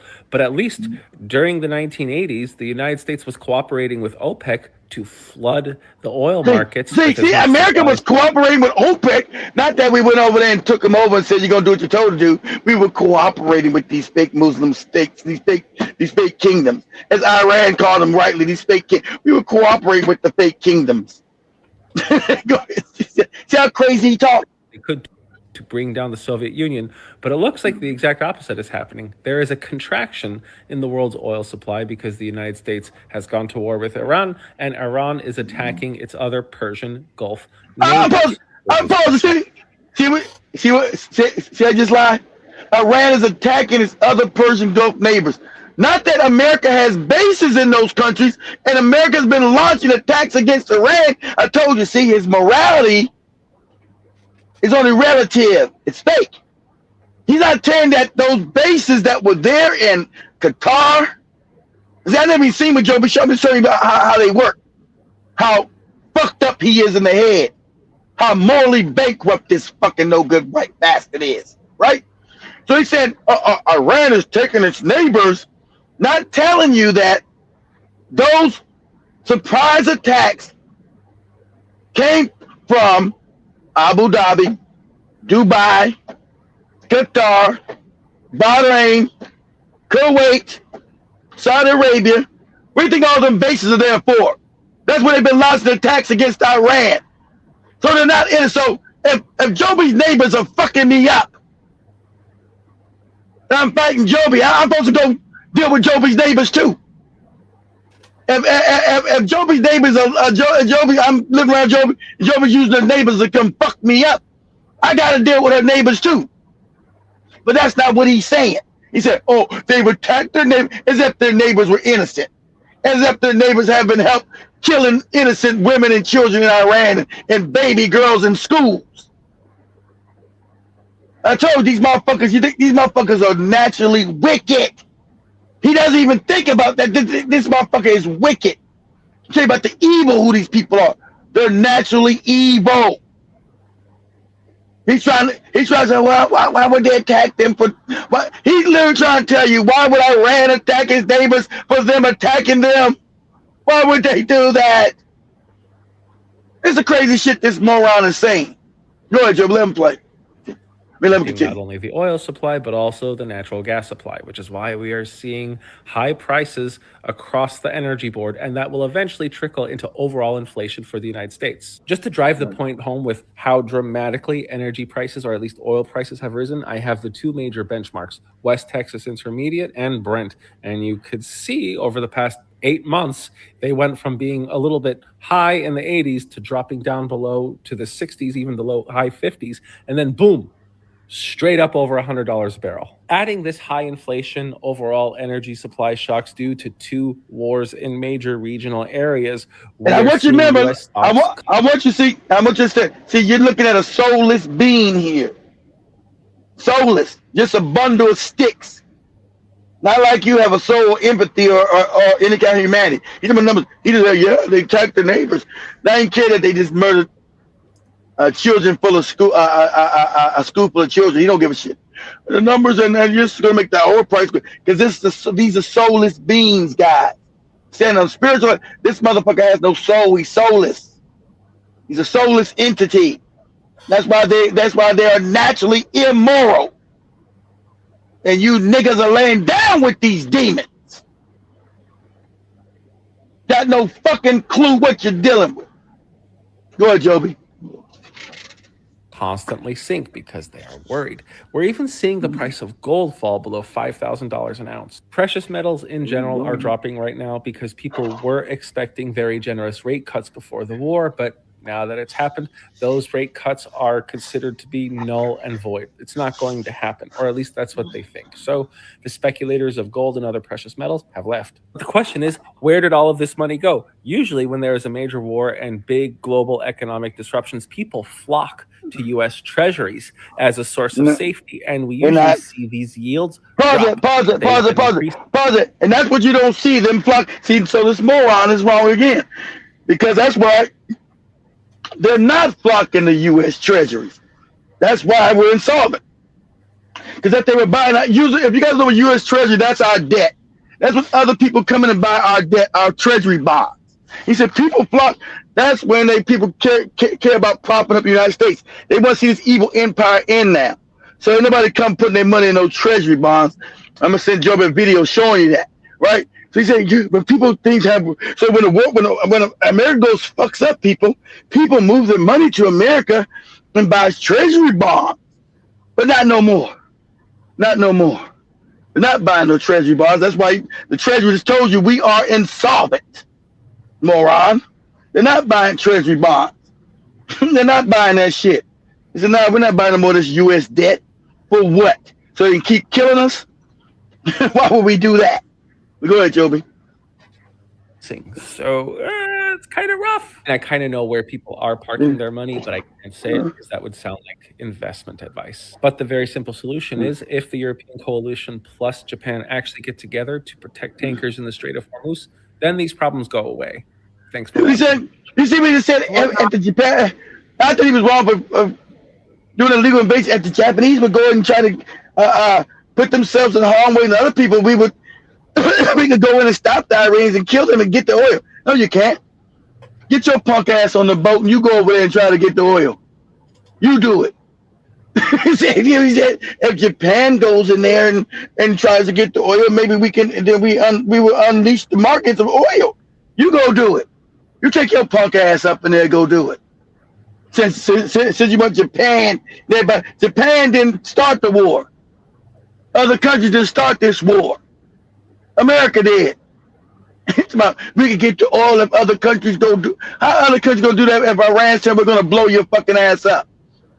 Iran told them, hey, don't use the dollar, use the yuan. You can come in and get all the oil you want, but the dollar is null and void up in here. You can use the Chinese yuan, but nah, we're not gonna be taking no dollars. That's out. So wouldn't it be easier for Japan instead of going and trying to instead of getting themselves blown up to just change currency and buy the shit with the yuan? See, he didn't mention that. He said they should go and get themselves blown up and shit, and then we can go and what is he talking about? I told you these motherfuckers are natural, immoral psychopaths. Go ahead, Joe. Let's see what this guy's talking about. Okay, as we continue, I'm going to read a little bit of an article. Yeah, read it. Come. Go ahead. In the comments as well, and also what is happening in Cuba. I think also most of you have seen what is happening in Cuba. It's in total darkness. This is because of the energy which is being messed up. One of the major. I guess we how white people are. Let's destroy that. It's completely blacked out. Cuba is right now suffering the second complete power outage that this island has experienced in the space of a week.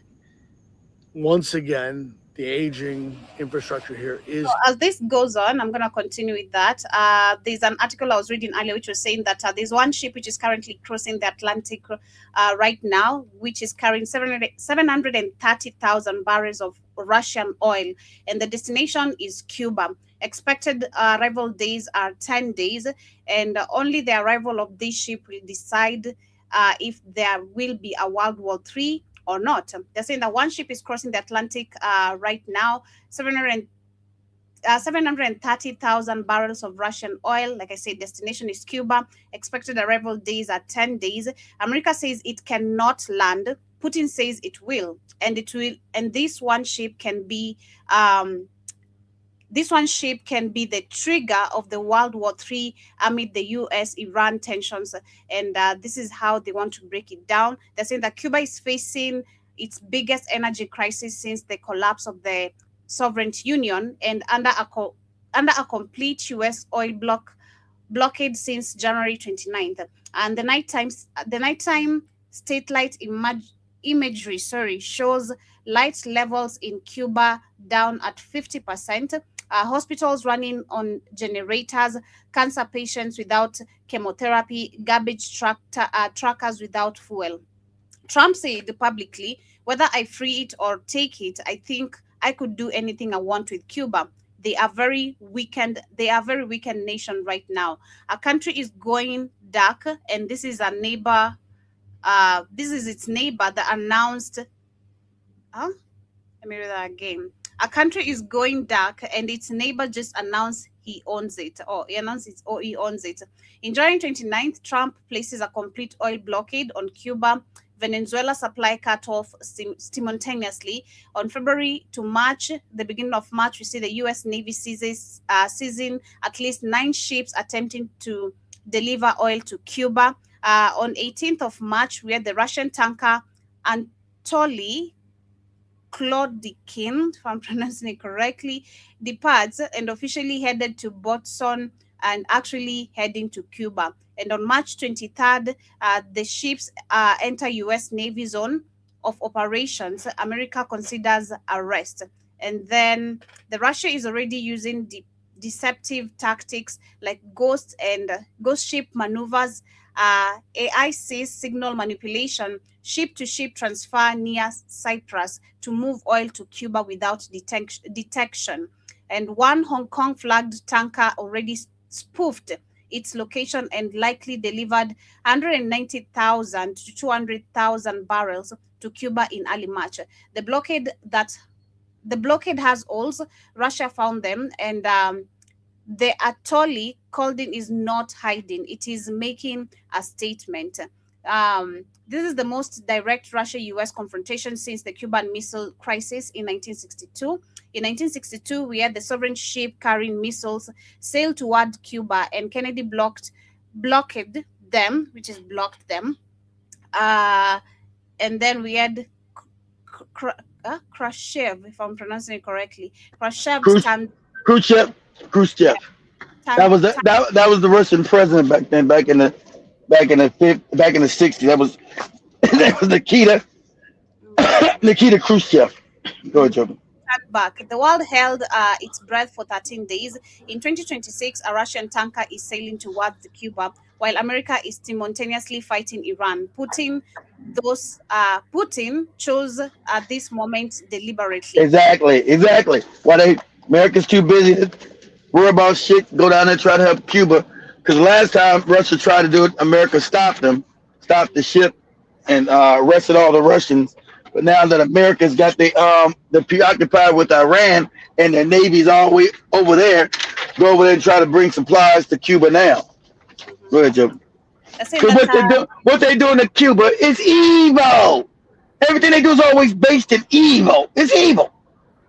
Because they want control and ownership and the wealth of the little country. They want all of it. You can never have. They want everything. Oh, we want all of it. All of it. Go ahead, Joe. Here's exactly what America's choice is. The U.S. Treasury OFAC specifically added Cuba to its blocked list, making it illegal to deliver Russian crude regardless of the ship's flag. America arrests the Anatoly Klodikin. I don't know if I'm pronouncing correctly. My bad. It boards a Russian flagged vessel in international. It boarded it and told them, no, you will not be taking oil to Cuba and the rest of them. Exactly right.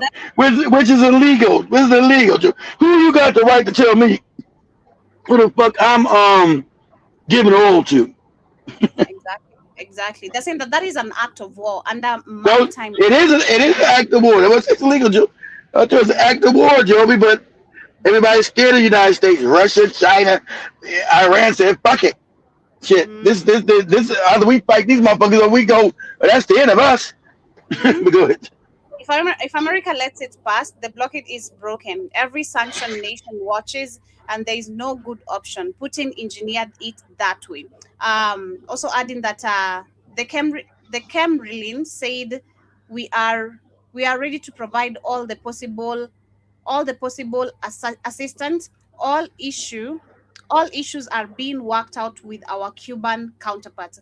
This would be the first oil shipment to reach Cuba in 3 months, and the first direct Russian challenge to a U.S. naval blockade in over 60 years. America's navy is stretched across 2 two theaters simultaneously, the Persian Gulf and the Caribbean. Putin waited until America has no ships to spare, then sent one.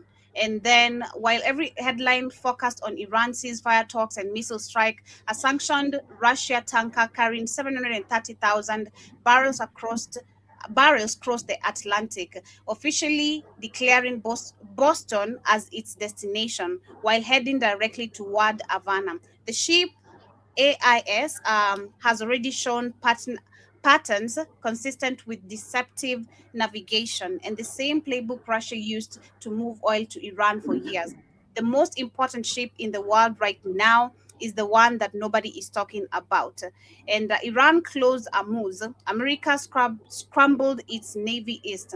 Russia sent a tanker to Cuba. America's navy is already stretched. A Kremlin spokesman said Russia is discussing possible option for assisting Cuba. Diplomatic language for we are deciding how far to go.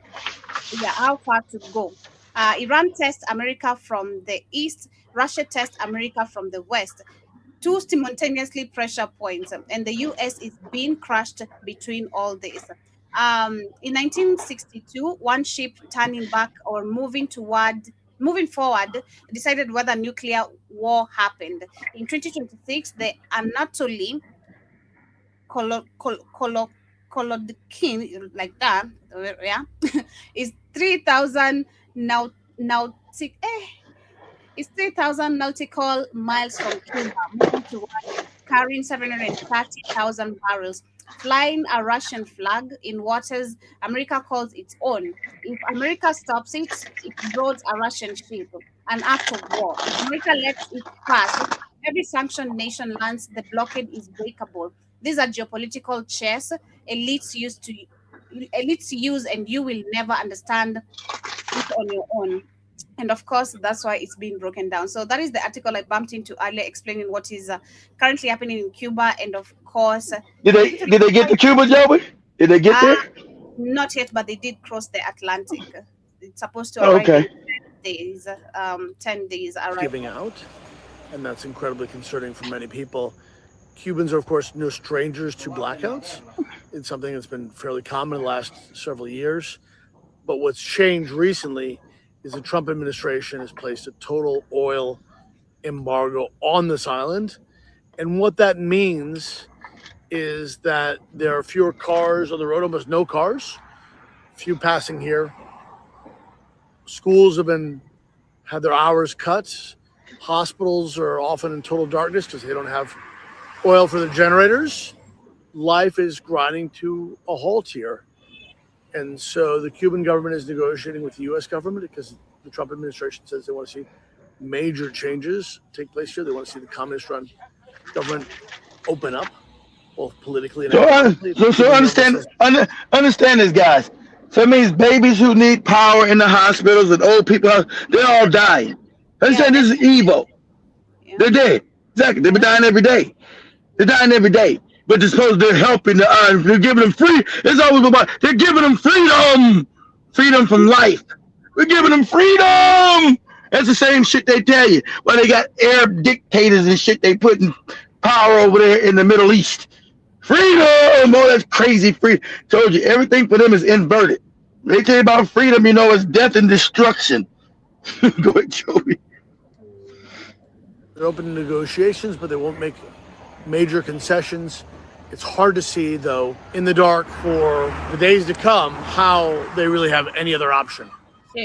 The entire country of Cuba just officially lost power. 11 million people are sitting in complete darkness right now. 11 million. The entire electrical grid in Cuba just collapsed, and the Ministry of Energy confirmed a complete disconnection of the national system. Every single city, every single home, every single hospital, 11 million people went dark all at the same time. This is officially the third full island blackout But they're giving them freedom, Joe. They bring them freedom!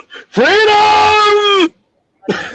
For months. Cuba hasn't been able to receive an oil shipment in over 3 months, and the country produces about 40% of its own fuel, but that's not enough to keep the grid running. They're saying that the infrastructure has not been properly maintained in years. Experts are saying that the power plants are running on heavy oil that's corroding the equipment from the inside. One professor who's tracked Cuba for decades said that the technicians that are keeping it running right now are magicians, given the condition that it's in. By Monday night, crews had only been able to restore power. Pause it. Remember, they're not allowed to import anything because America's got an embargo for them to get new equipment. So the equipment is 60 years old.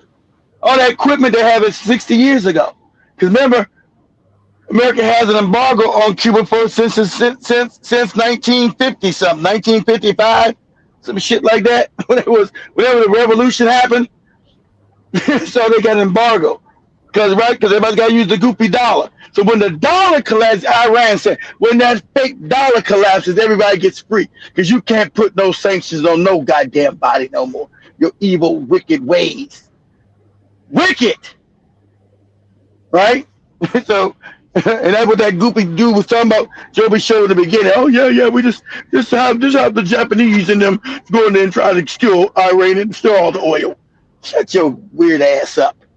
Percent of Havana, which is about 42,000 customers, along with several hospitals. Officials have already been having to warn that even those small circuits could fail again, and there is currently no official timeline for when the power is supposed to come back. So that is an entire country in the dark. This is crazy. I remember when Kenya just had the whole country without power for like 3 days. It was crazy, chaotic. Of course, but they've been how long they been in the dark? They've been in the dark for about a month now, 2 months. Shit, everybody butt naked, everybody running around and stink, can't wash their ass right. everybody walking around that motherfucker musty as shit. Come around me. Don't come around me. Far away from me. Hey, you gotta lead them women. You gotta lead the women along in Cuba right now. They can't wash their coochies. It's rough, Jack. Stay away from me. You know, hey, this is why. I got no choice but to stay near you. Shit, we still gotta live. I ain't got no lights. I ain't got no water. I can't imagine. Imagine if the same happens in America and you guys are not even allowed to store water on super drums. That's illegal. Like yeah, because they want everything exactly. In Africa, we do that. We save. I don't do that. I think because I've become too spoiled. But you become spoiled. You're spoiled. You're in an apartment, living your best life. That's why. But still, even the people spoiled ass. Them with super drums, the jerry can, they have water stored on the balcony. But I don't bother. Right? Yeah.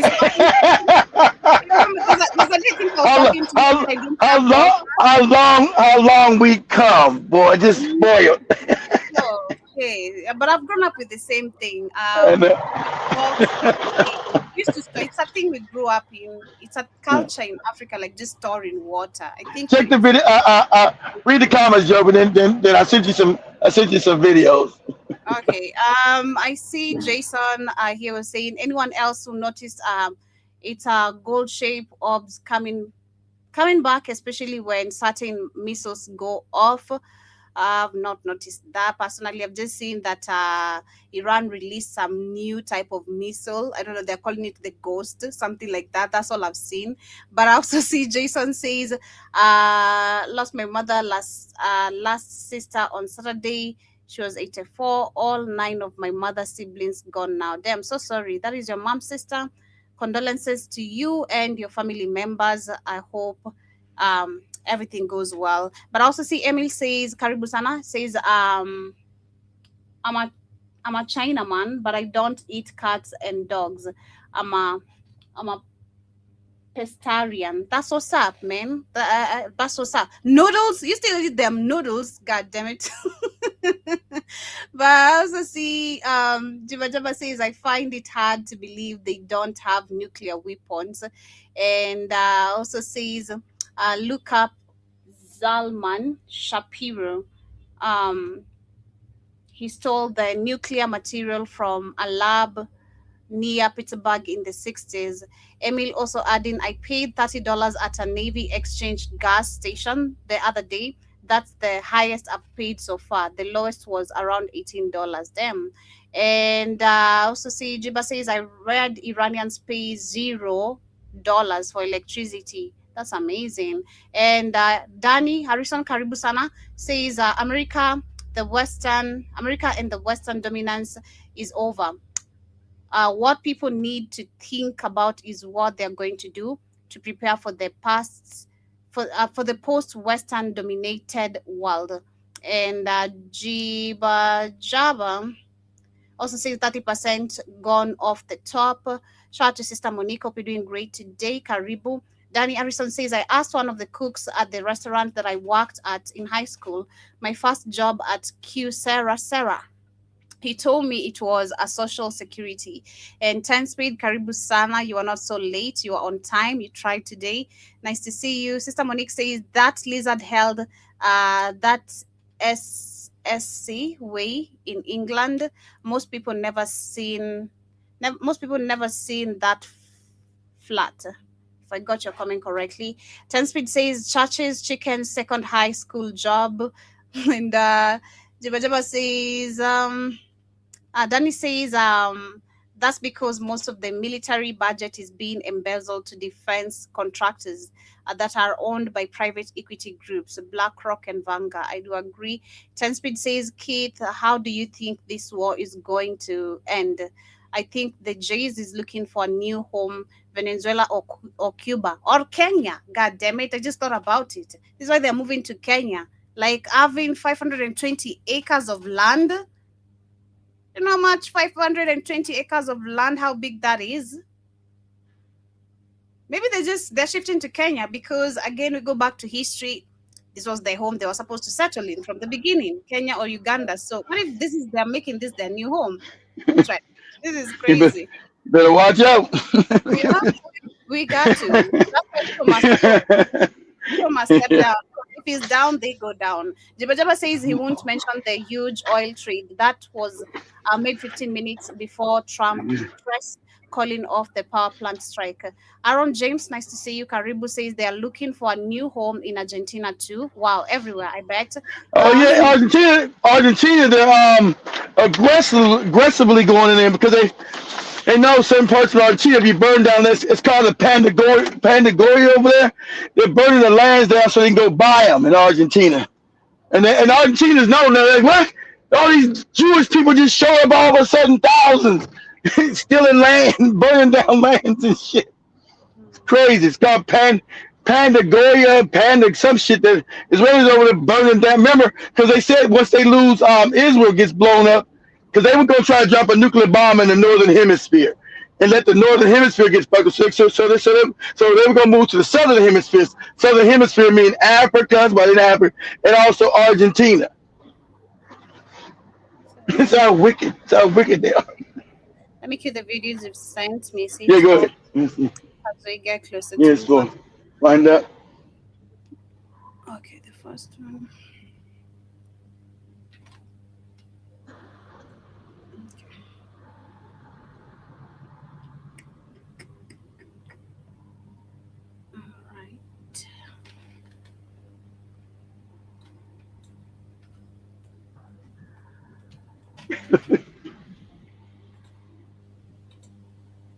That's funny. I seen the cat I was with last week. He's asking about something. I'm like, all right. I'm trying to keep it quiet. Shout out to Jiraki. Hey, Jiraki, thanks for the pause it. Thanks for the donation, brother. The sister too. Thanks to the sister. I forgot your name. Sister. Something say I go back. Is it Sandra Samuels? But shout out to the sister that gave us a donation. Shout out to Brother David that gave us a donation as well. So, every little bit helps. Thank you. We appreciate you for keeping these lights on. Sure do be needed. Yeah. The rest of these ungrateful bastards. That's I'm telling Joey's birthday. I don't get nothing. Go ahead. The USA can't afford to fight anymore. You're absolutely right, Rizwan. I agree with you there. It's already allocated itself $200 billion for this war. That's an understatement. It's going to cost a lot more than that. That was for the first 4 weeks. But it's the economic damage being caused by this war to the Americans. That's far more dangerous to them. And that's the main worry here for Trump. Trump knows the USA is going bankrupt. That's why he's doing these tariffs, and he's preparing for the end of the petrodollar.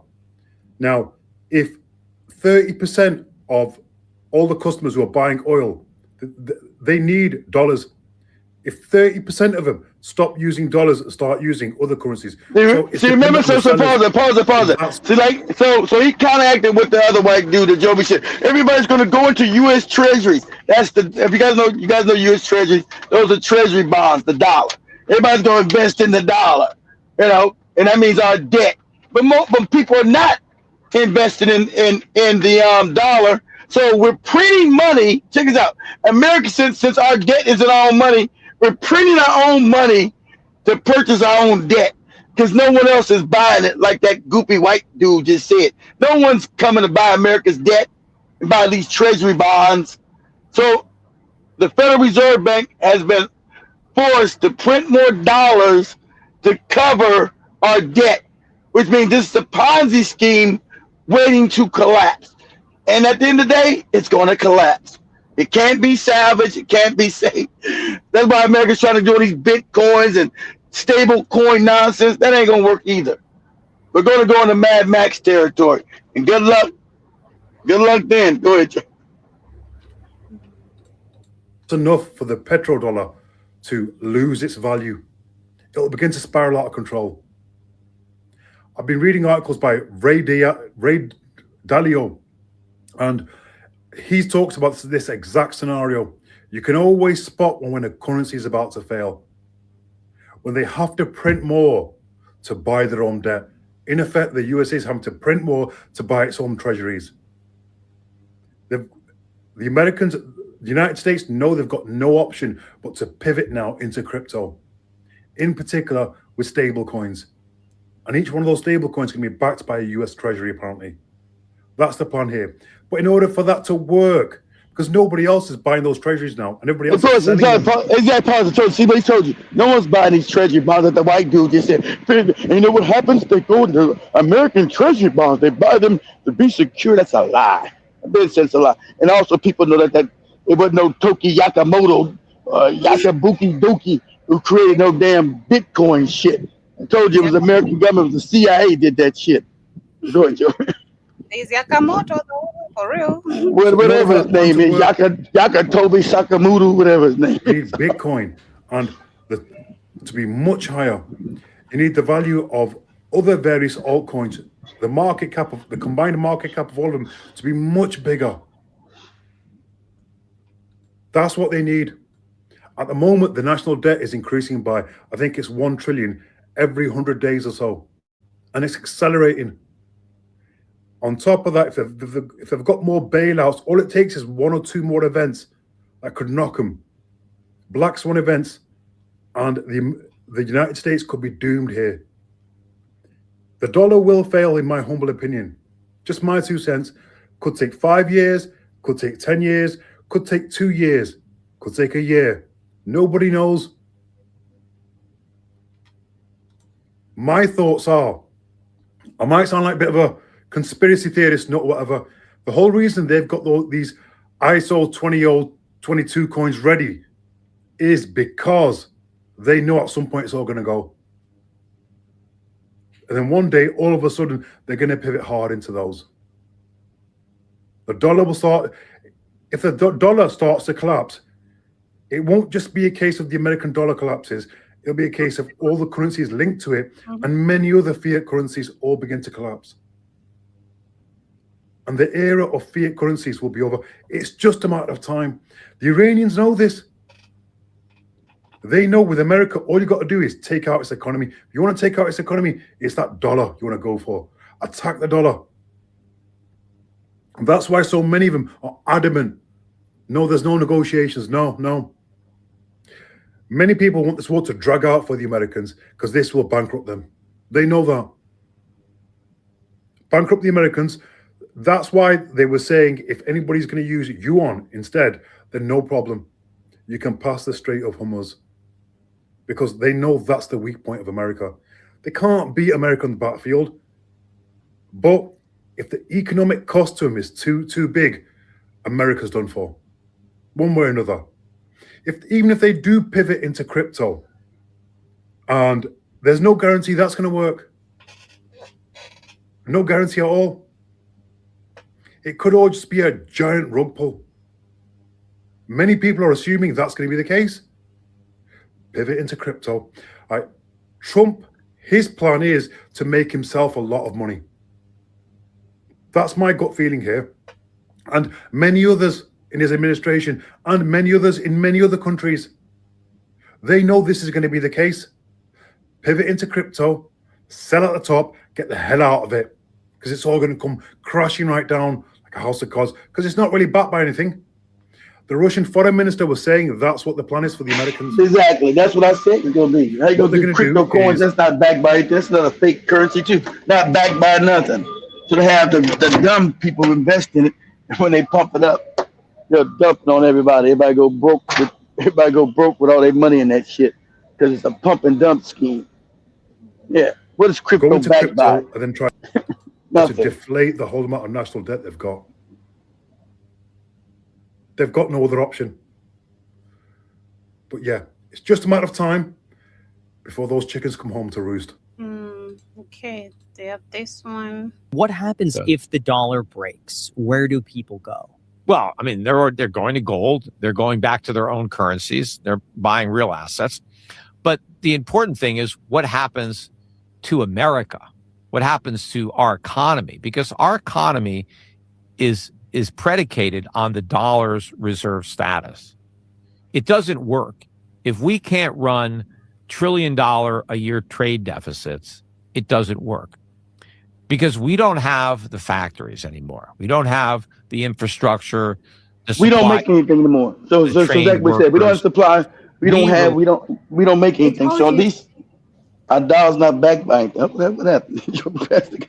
we don't make anything anymore. So so you can't even use what we will make to show up a currency because we don't make anything.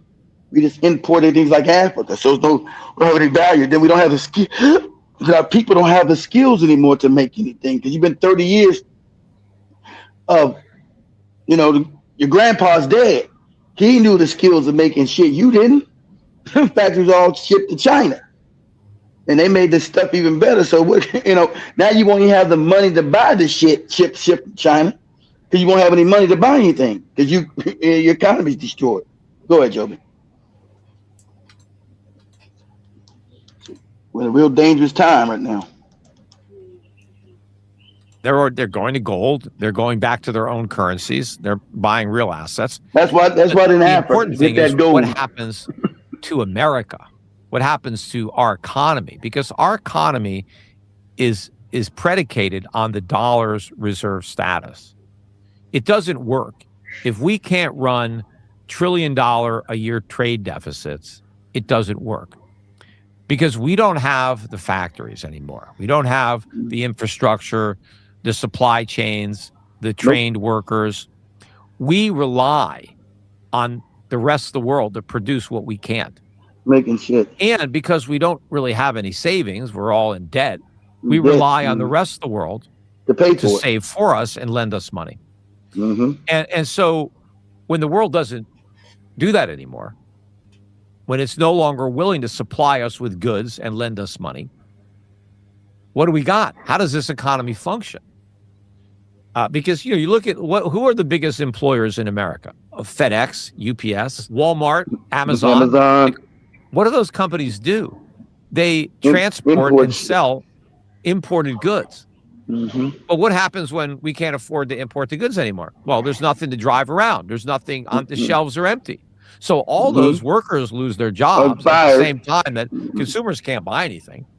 We're a service sector economy, but that only works so long as we can outsource to manufacturing. Well, we can't do that if the world doesn't want our dollars anymore.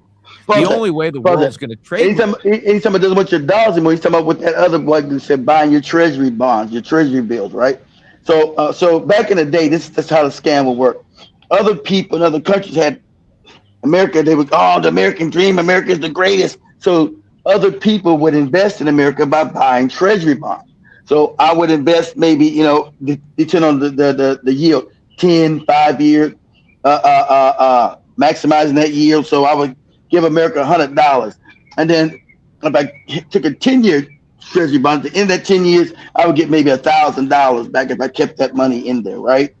But no one's willing to do that anymore. It says you're fake, you're phony.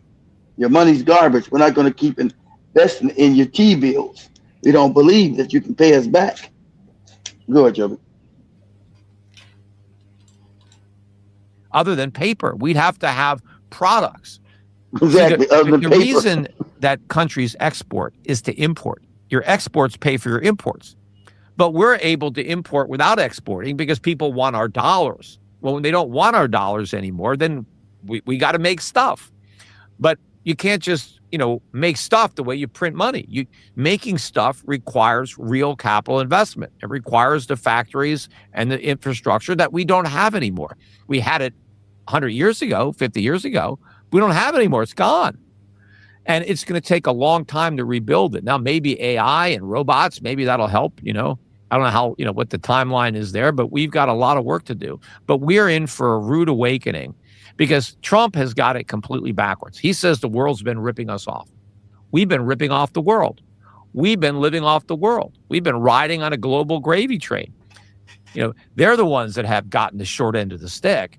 And that's why I think that as the world dumps the dollar, there's going to be an economic boom outside the United States, because I think that we have been a burden that the global economy has been forced to bear, especially a lot of the emerging markets, the BRIC nations. They have borne a lion's share of that burden.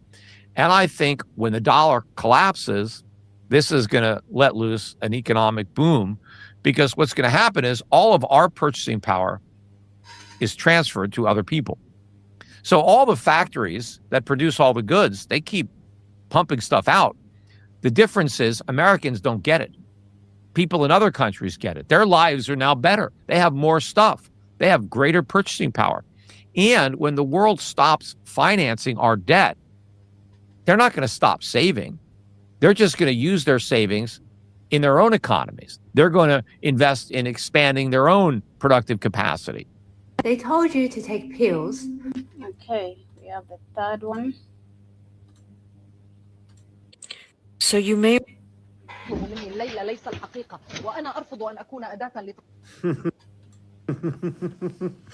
Did you see that? Yep. Yeah.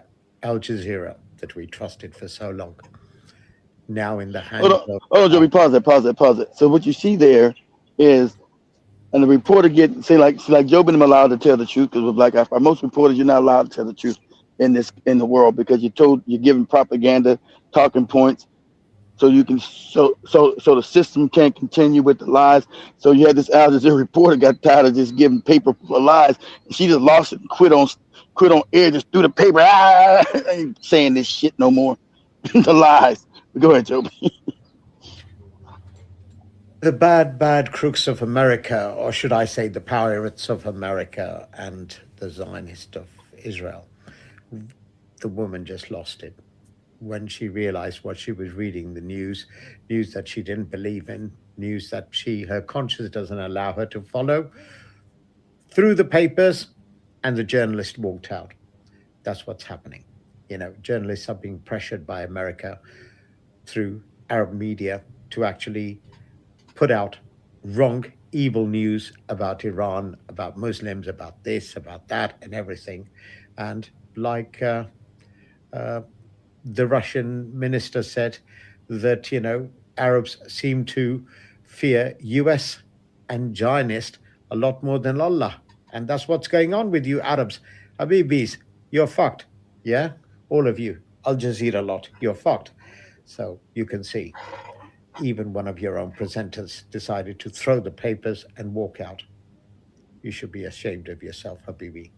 Ashamed of yourself. What is it you say in Arab land? Do a headstand in a fucking bucket of water. Okay? But take that cloth off your head before you do a headstand. So you may remember yesterday, 4 ambulances were destroyed, set on fire outside a Jewish hospital in London. Well, guess what? The perpetrators were IDF soldiers.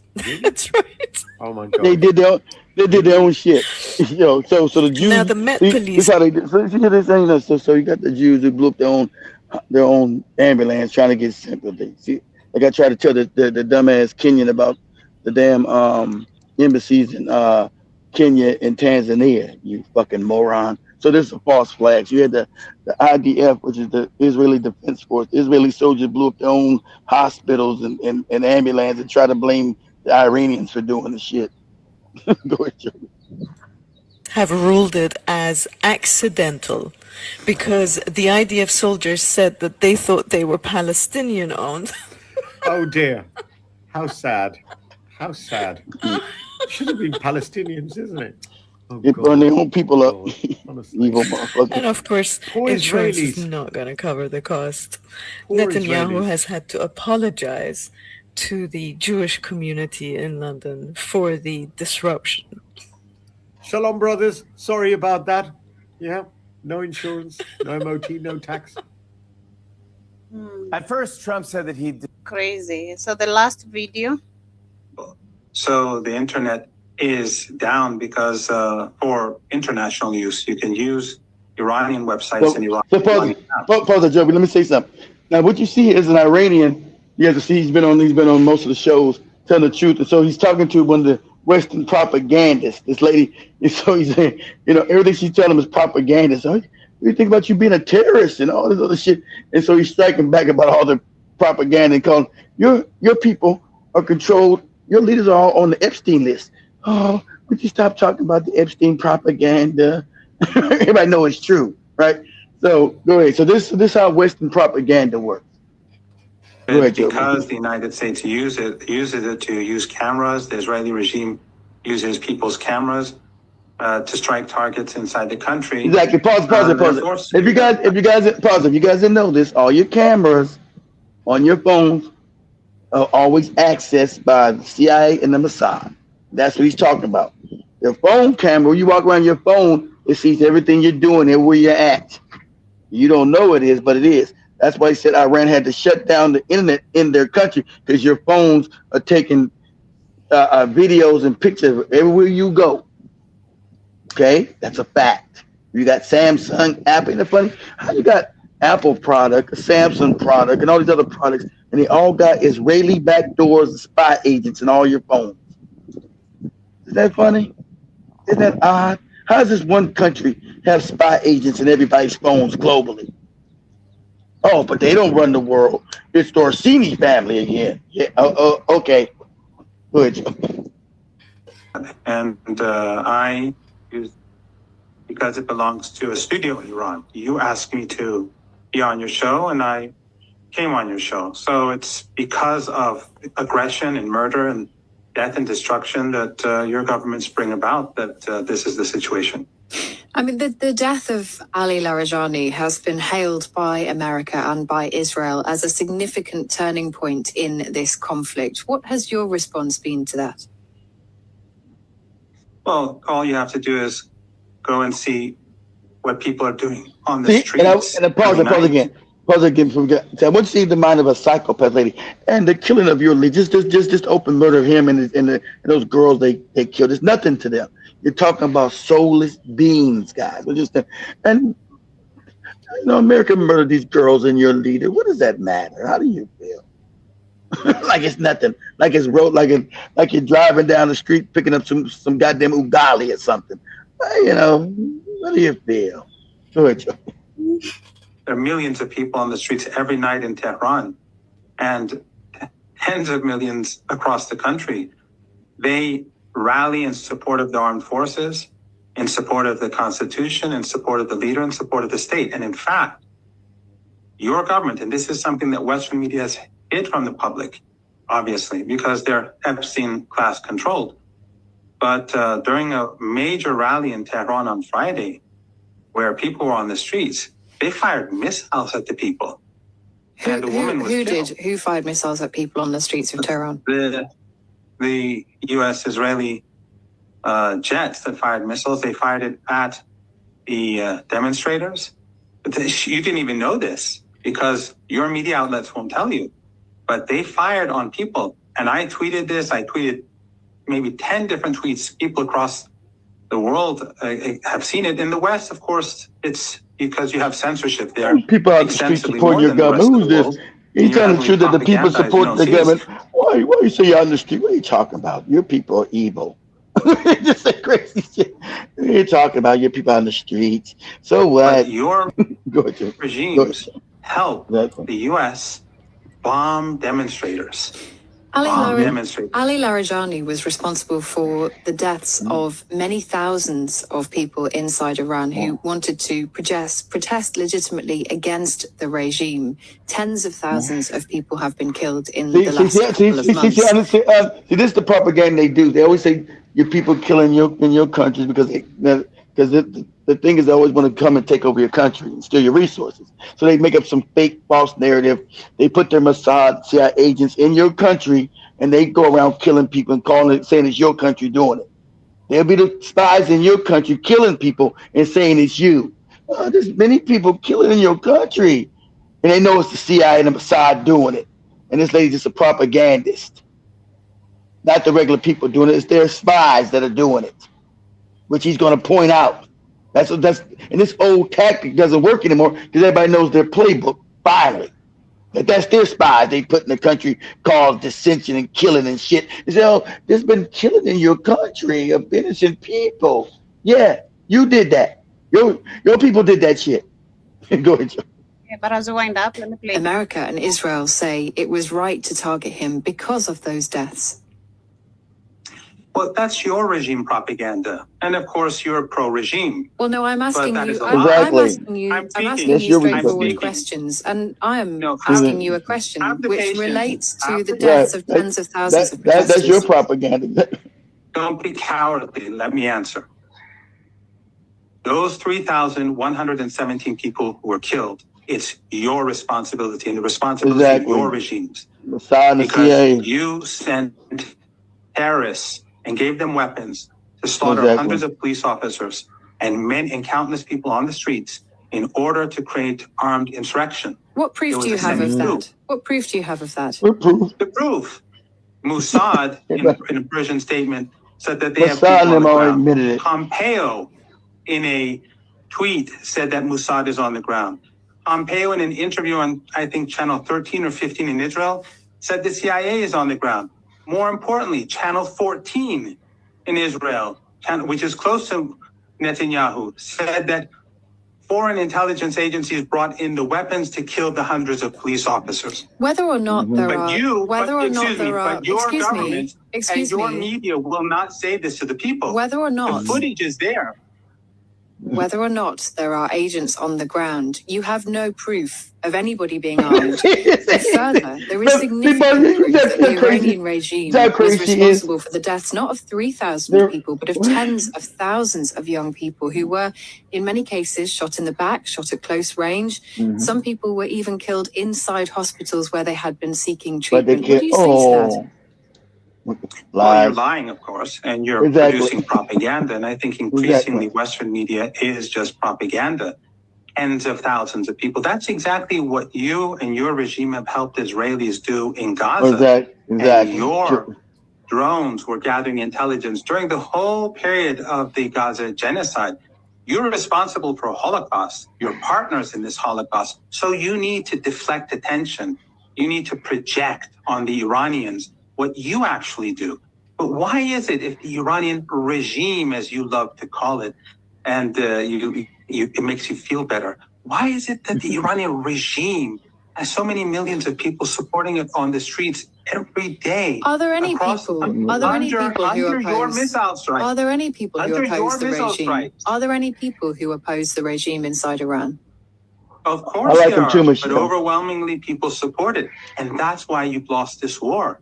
And that's why ultimately you're going to face the consequences, because the Strait of Hormuz is shut And it's because of your policies and the policies of your overlords in Washington that the global economy is going to go downhill. I like him too. And Pause. Iran is I know you better get it. Pause it. I like him too, Michelle. That's why they put a hit out on him. They're trying to kill him now, but he's telling the truth. They got a hit on his head.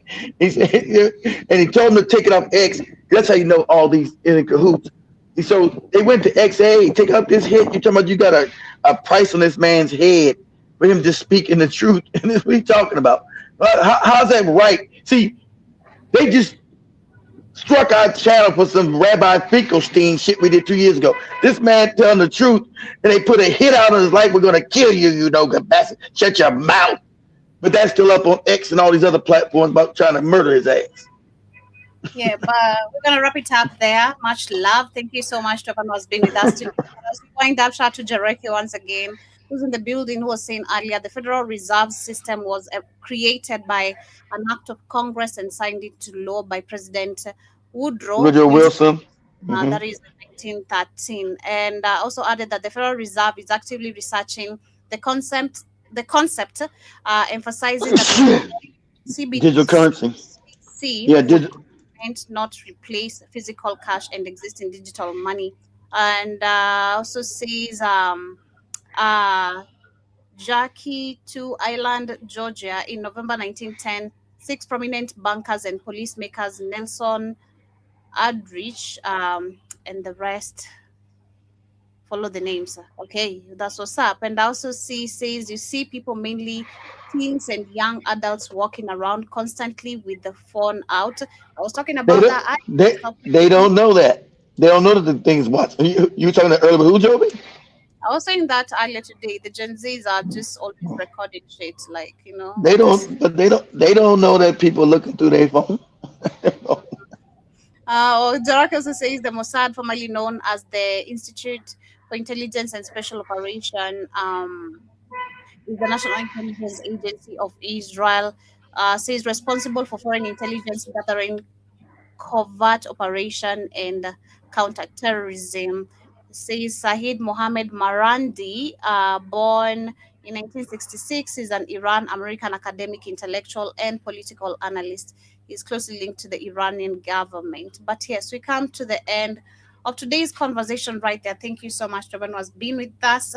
That has been our time. Thank you. See you tomorrow. Same time, same place. Tomorrow I will not be having you guys tomorrow. Yeah, we gotta take Joby's music away. She was gone for 2 days. Yeah, but I'm back like I never left. So please keep up. Yeah, tomorrow we're gonna be on for the Africa Today show, not the music. So ensure you're here by 8 p.m., 12 o'clock, whatever lunchtime, your time. So be here. Remember, all you women with your phones in the mirror doing your thirst trap and being butt naked, people watching you. Those are perverts.